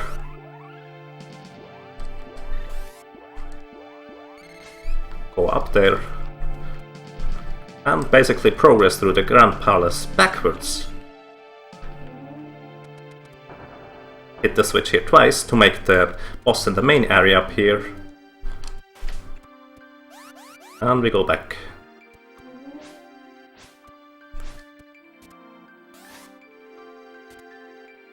Come on, just a little bit. Okay. So that was a really smooth backwards Grand Temple.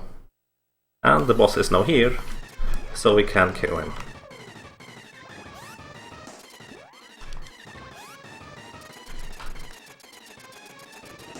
Got the correct charge attack.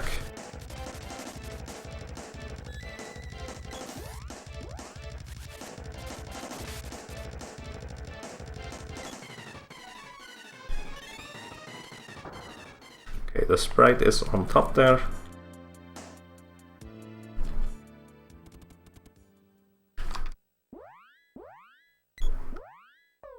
Okay, I forgot to split, whatever.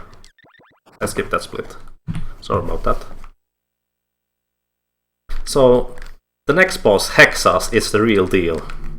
Hexas, if you are near Hexas, she has a high chance of picking you or engulfing you in flames, crowd controlling you. Both will remove my overcharge attack.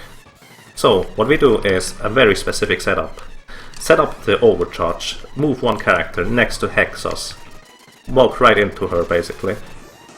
It was clear. I messed up the charge attack. Shit. Okay, this could work as well. Now, the boy is attacking. The sprite will instantly cast right after he releases the charge attack. Hexes will get hit. The spell will hit Hexes before she can do anything, and the sprite is immune and will absorb any spells that eventually might come our way. So the sprite is basically immune to damage. The boy will never get hit because he's never in range, and well, we kill her that way.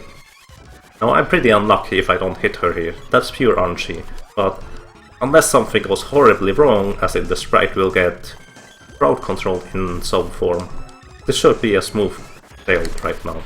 Okay. Now, the main reason why Hexas is so scary is... I would like to remind you, we still don't have any armor, so... she can almost one-shot any of my characters.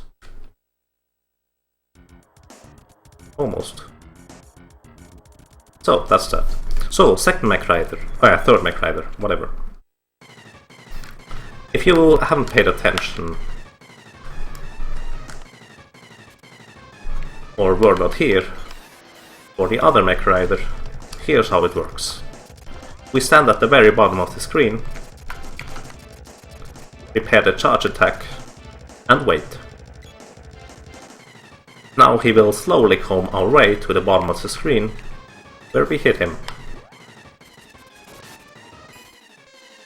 And he is quite an idiot, so he will never dash left or right unless he can get on our vertical level. Get on our level, my dear. So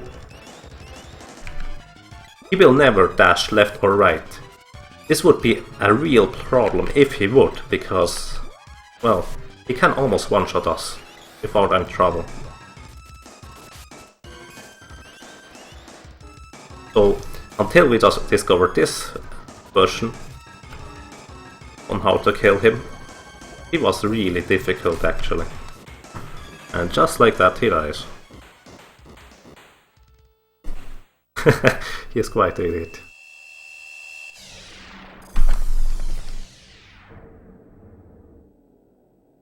So, that doesn't look too bad. So, I still haven't practiced, I forgot actually, my previous version of the barrier skip. So I'm going to do the old one. Sorry about that.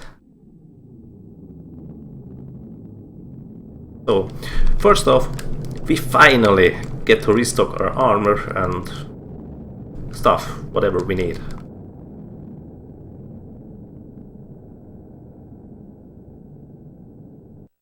Which is quite necessary, because, well, as some of you may know, from this point on, the enemies are incredibly strong.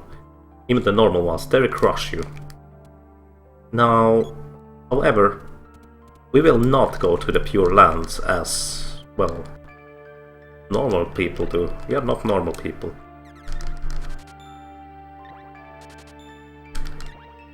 I buy 2 of those just for safety. It's probably not necessary. Just to make sure.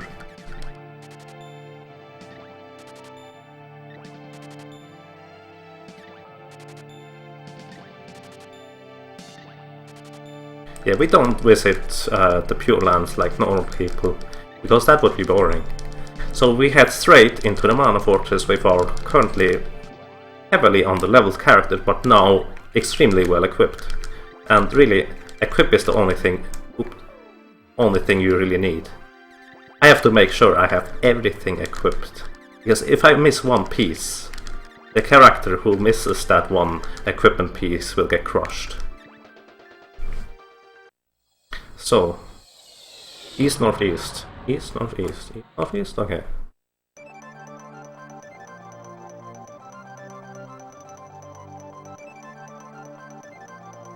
Where is it, where is it, where is it? Ah. No, come on, there it is. as mentioned, I still haven't practiced the other skip, which is slightly faster.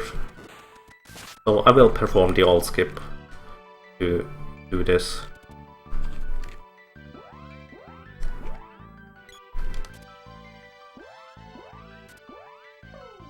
So we hit the rope hole right here, Carl Flammy, with the second controller. For some reason we gained control over the dragon with the first controller, because he initiated the event. So hitting the rope hole activates basically an event. But the event couldn't play because we called Flammy before it could play. That's simple, really. So we just skipped the text box, which would say, oh, you cannot go in there, it's too early or whatever. It's too strong. I don't know. I haven't seen that text box in ages. So, and well, we ignore all that jazz. We never know who his mother is.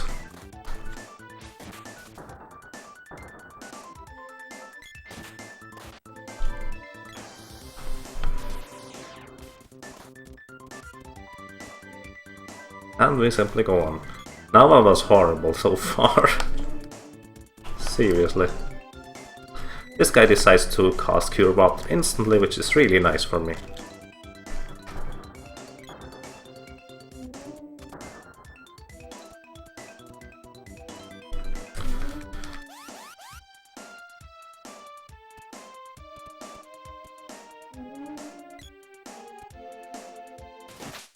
I really like the music here. It says Final Destination.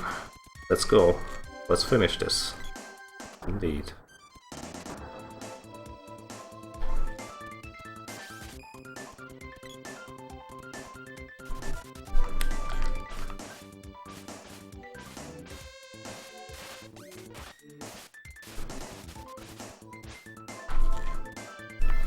Please go out of my way. Earth Slide. Oh, that will kill him. I still need the sprite, so I cannot let that happen. That's the first time ever this guy casted anything. I know he's a spellcaster, but he never really casted anything, so that was pretty unlucky. Also, I was fairly slow, so I guess that's part of the reason why he get to attack. Oh. So, the second vampire. He can troll me in a equal fashion the first vampire can troll me. So I can simply ask him, please come down, but that's about it. I hit him once there. Please stay down this time. No. Please? Really, please?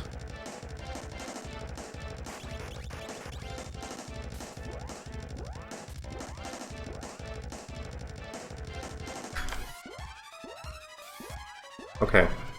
I hit him, cast immediately the spell, position the sprite in front of him so he will grab. I hit him once, well, I tried to hit him once again, he has still that evade rating. I hit him once more.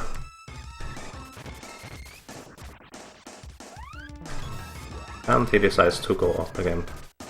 Please come down, Mr. Vampire. Did someone read how much HP he has left?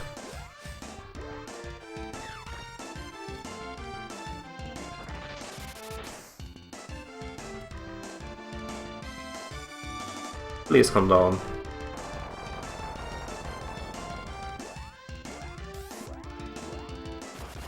Missed. That was silly. I should have... that should hit. I missed again! That was an evade. Okay. Yeah, I lost 24 seconds. Pure RNG. However, it's not simply 24 seconds, because last time it didn't go much better, so to speak. It can go about a minute faster than this. So that was really horrible. all things considered.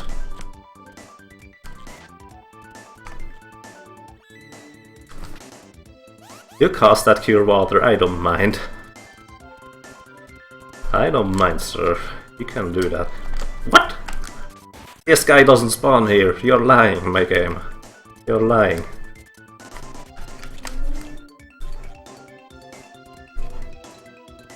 Oh, please. That's so unfair.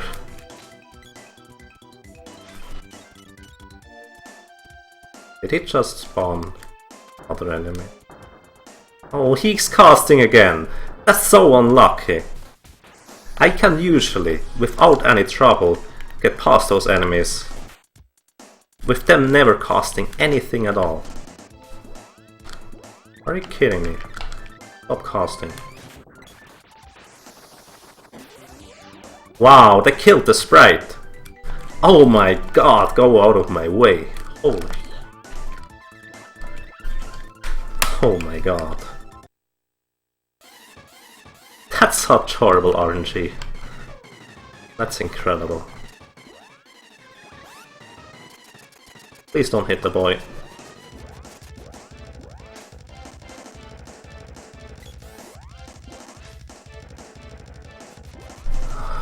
You're a bastard.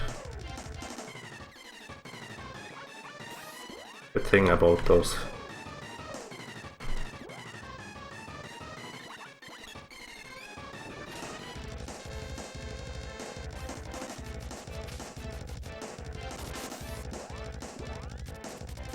I cast the wall there to reflect damage.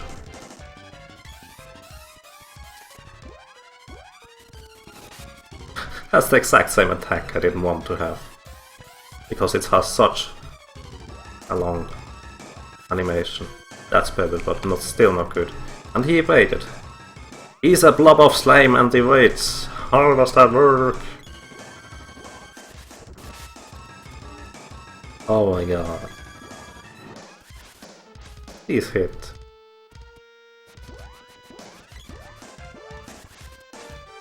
I still need about 5 hits to kill him.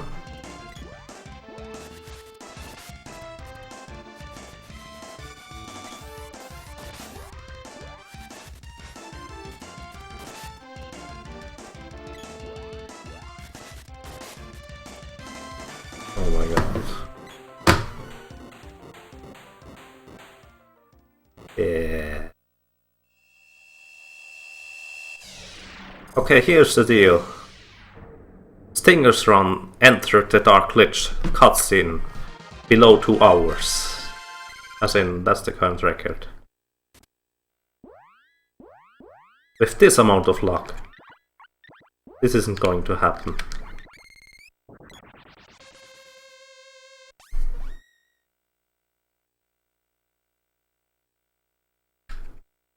Let's see. I still have to wait for the level ups, by the way.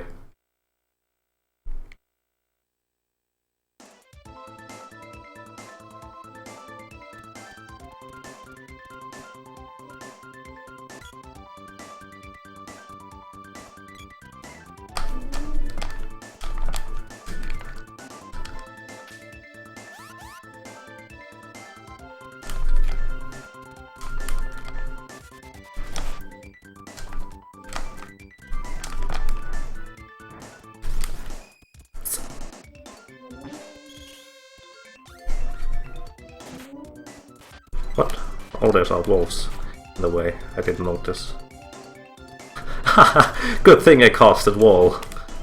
Holy shit, they already casted twice on me.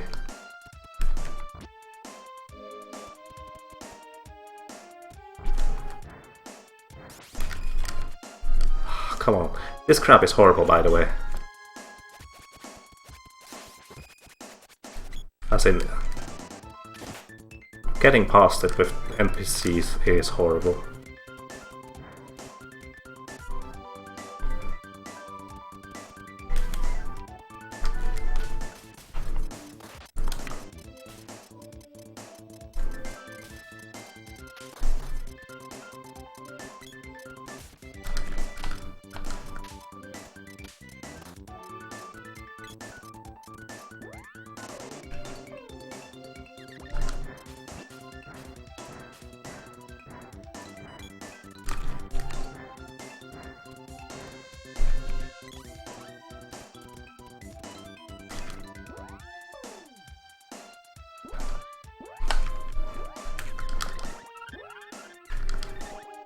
There's that off chance that the boy will get hit.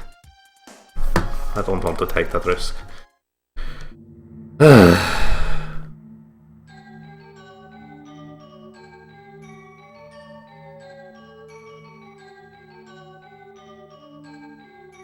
Yeah, still a PB hype, technically.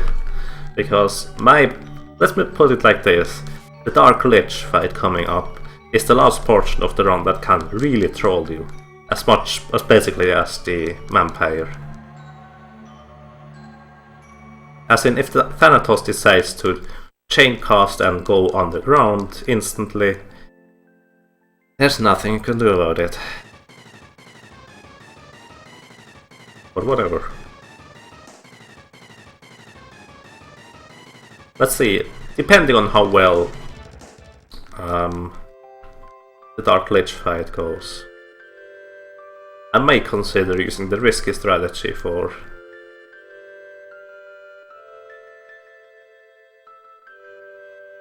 the Mana Beast. So, how it works is like this. I place one character in front of me, so they will absorb all the spells. Hopefully. Not all the spells, one spell is not targeted. That's one hit. Pigmas Glare. That's... oh, fuck you. Sorry.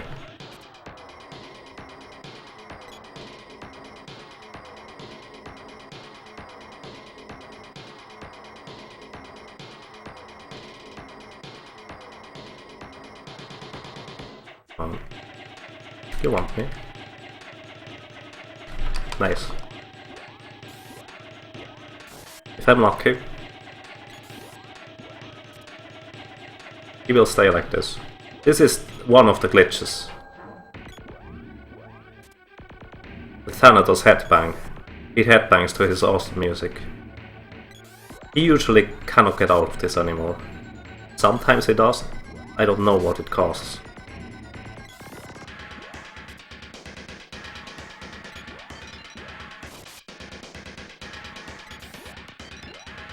Headbang, headbang. Please hit! I have a 70% chance to hit. I already missed 3 times. 4! Oh my god.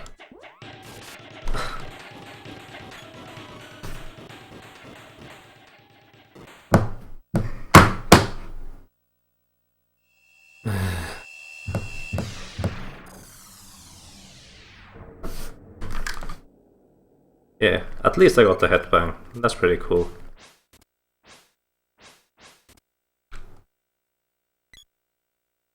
I gathered my character in the middle of the screen. That saves a little bit of time.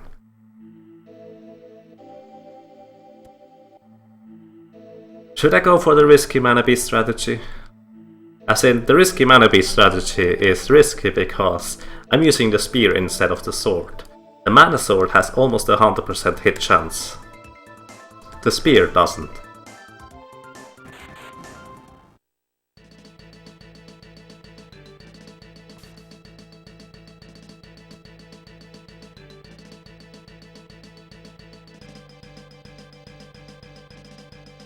Okay, go for it. Cookie Punch. You are the shot caller. I would have gone for it too, so... Okay, we do the risky strategy, which involves using the spear. I need to be certain to kill him in the second round, or have a chance at killing him in the second round. I need to hit him 11 to 12 times in the first cycle. Or it, whatever.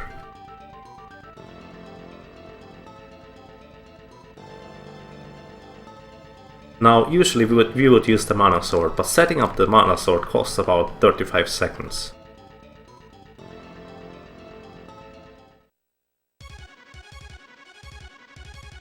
So let's see. I can still set up the Mana Sword if the first cycle goes horribly wrong. So let's see. The Meridian Dance.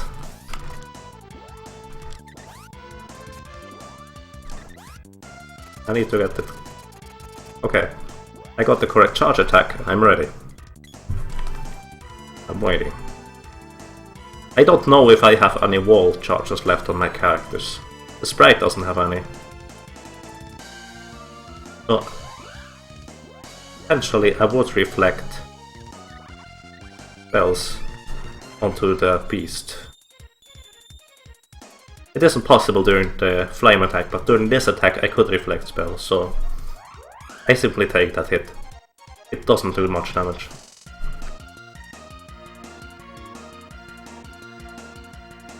He comes from above, which is already pretty bad luck. 1 hit. 2. 3. That was too early. 4. 5.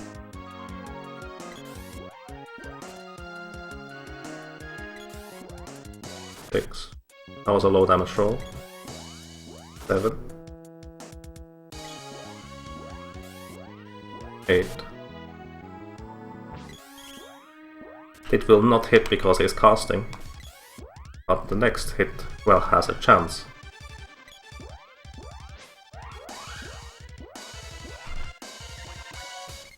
Would kill the girl, so I had to cast.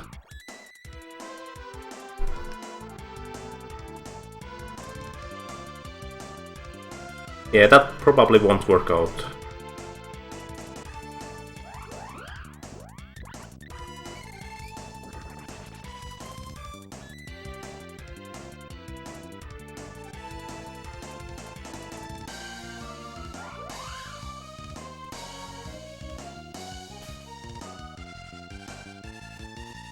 So, he comes from below.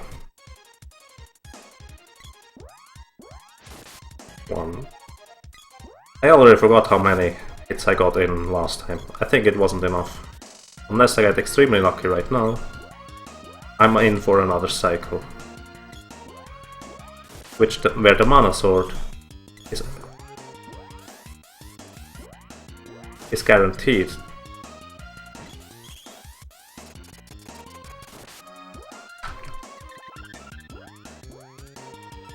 Yeah, I'm definitely in for another cycle, because I lost the sprite there. I didn't realize it would kill him. So I have to recharge.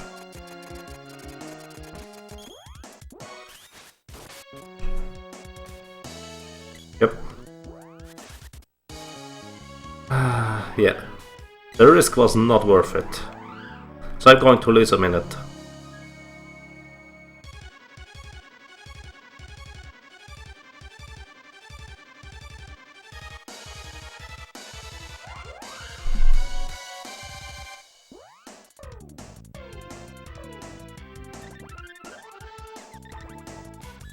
Oh, good.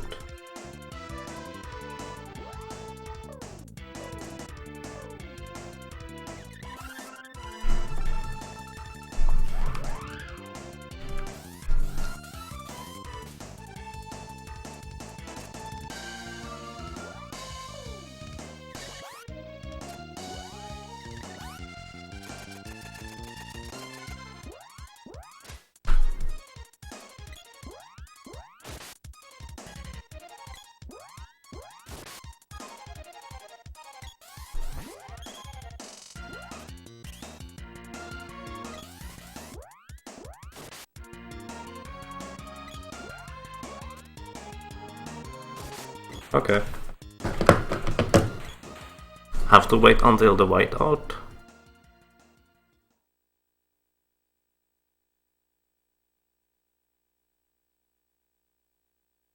Split. Oh well, it wasn't quite a minute.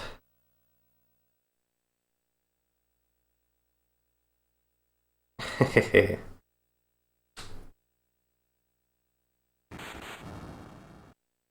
Well, that could have gone much worse. It could have also gone much better. So, I did make a fair bit of mistakes during that run, which were really unnecessary. Specifically during running through specific areas. While I had quite bad luck overall, I can say that, there are still places where I could have, by playing better, simply gained about 2 or 3 minutes by simply handling the situations better. How much would the risky strat save? About 35 seconds. Give or take 30 to 40 seconds. And by the way, thank you. So, for those that don't know, the way you can keep the mana sword during the final fight permanently is you cast mana magic on the sword. The sword will elevate to its orb level 9. So if you have this mana sword on level 9, you can still cast a different enchant on the weapon, like say Frost Weapon. So we would cast Frost Weapon on the mana weapon, and then the timer for the mana weapon when it would expire is simply overwritten by the Frost Weapon charges. And so the Frost Weapon expires at some point, but the mana weapon will stay permanently.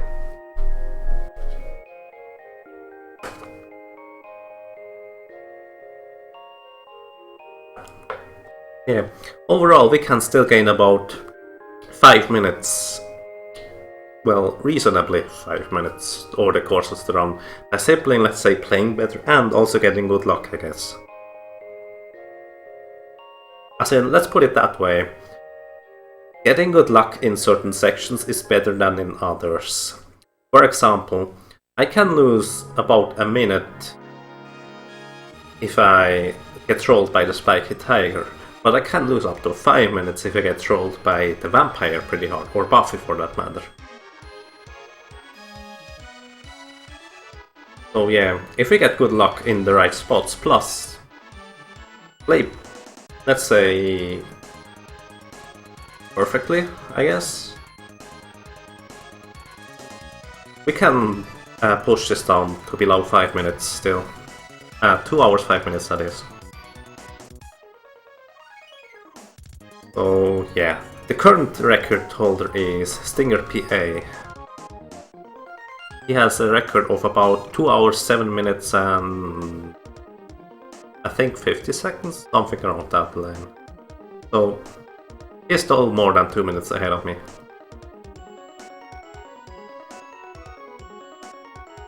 Probably more like 3 minutes.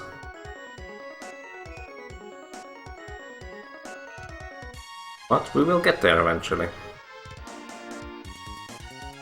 So yeah, if you enjoyed this, I recommend also watching Stinger PA on Twitch and Luigi Meister. Both are also playing the same category.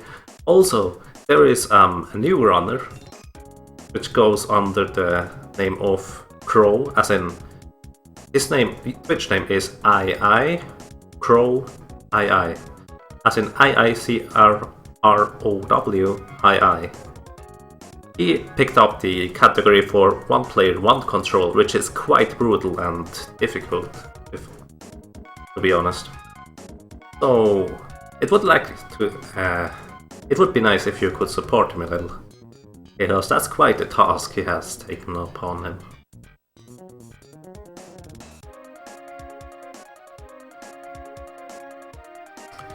What's the current record for one player, one controller is 3 hours and 15 minutes by Musashi.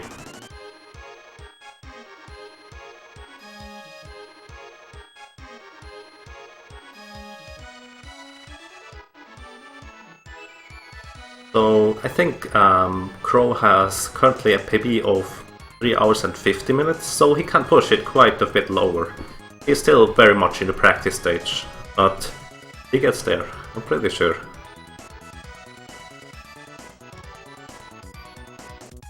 Yeah, there are certain tricks that are you can apply to a one player, one controller run, but the 3 biggest areas, as in the 3 temples plus Tasnica and the Pure Lands, you cannot entirely skip those. You can skip the Moon Temple and Tasnica though, with trickery.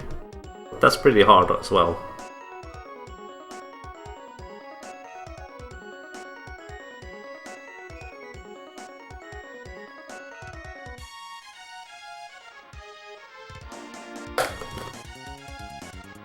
Oh yeah, that's that.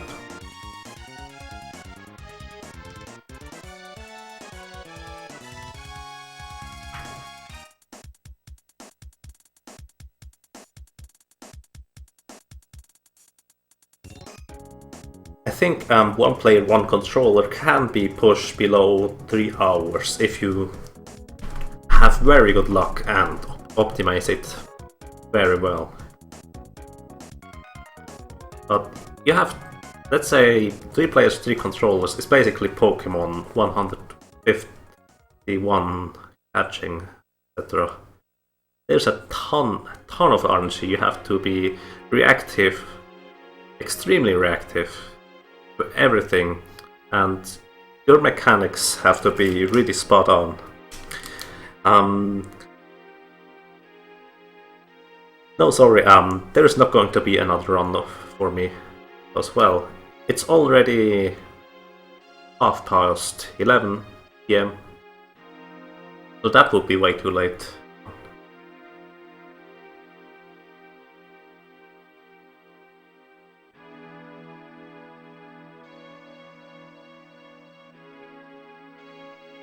Full moon. Also, interestingly enough, one of the stars goes a little bit off screen. Just a little bit. For those that don't know, the ending screen is different every time you finish the game. You can get a crescent moon, a 3/4 moon, and a full moon. And the stars, big stars, can vary in place and number. What do I think of the Viking game? You mean Lost Vikings? Yeah. Lost Vikings is really interesting. I like it as a puzzle game. I'm not sure how it is to run, but I know Johan Howitzer is playing this game 1 player, 2 controllers. And I think he only plays about the first 4 stages or something like that, but it looks really good if it all goes well. That's pretty crazy as well. Oh, that Viking game! Sorry about that. Volgar the Viking. I will play eventually, but also not today anymore. As in, a clean run will get about 30 minutes currently for me. So that would still be technically tomorrow. Sorry, Mr. Broman and the others, I guess. But anyways, even though I was wrong with the Viking game, I guess, check out Johan Howitzer. You can also play that one with 1 player, 2 controllers, and it looks really nice.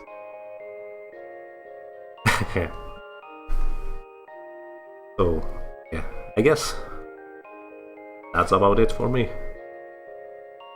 Oh, one thing. Just a small thing.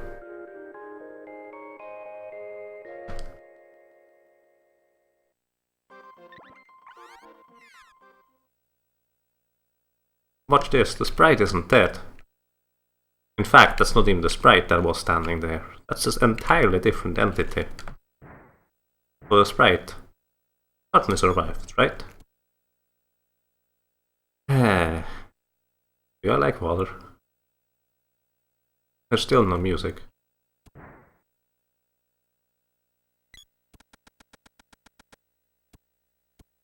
Thanks, Rounder Watcher. So,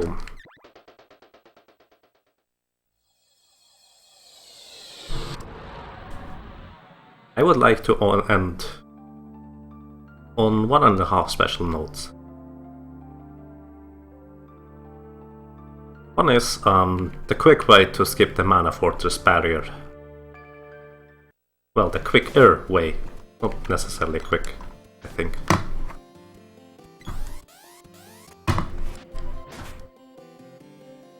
Oh, come my way.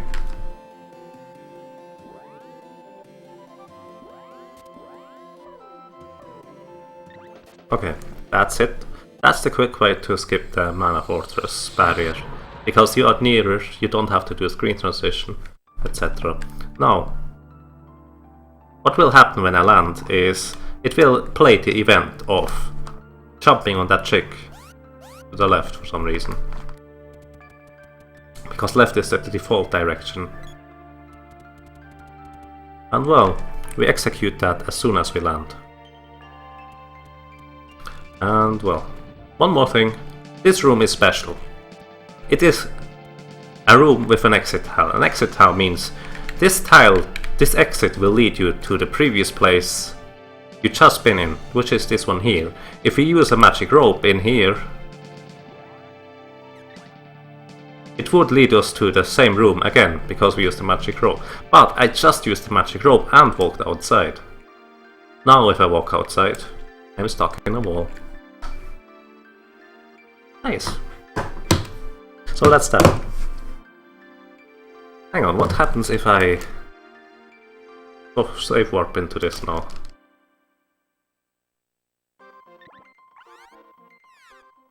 Cool. I'm on the roof. I've never done that before.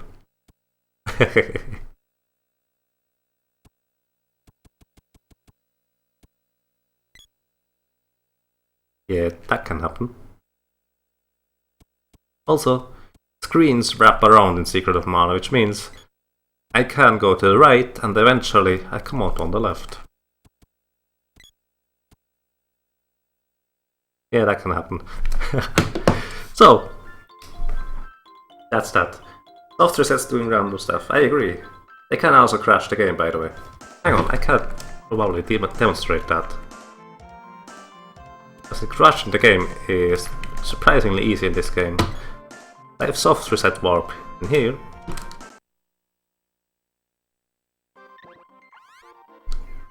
I'm in this room, now I walk outside. And nothing happens. I crashed the game. So, that's it. Yeah. What? Oh, yeah, you can't hear it, right, Kane? So, well, I can explain it at some point else, I guess. Probably at HDQ. I will show this off, I think. So that's it from me. Thank you for watching, and a nice evening.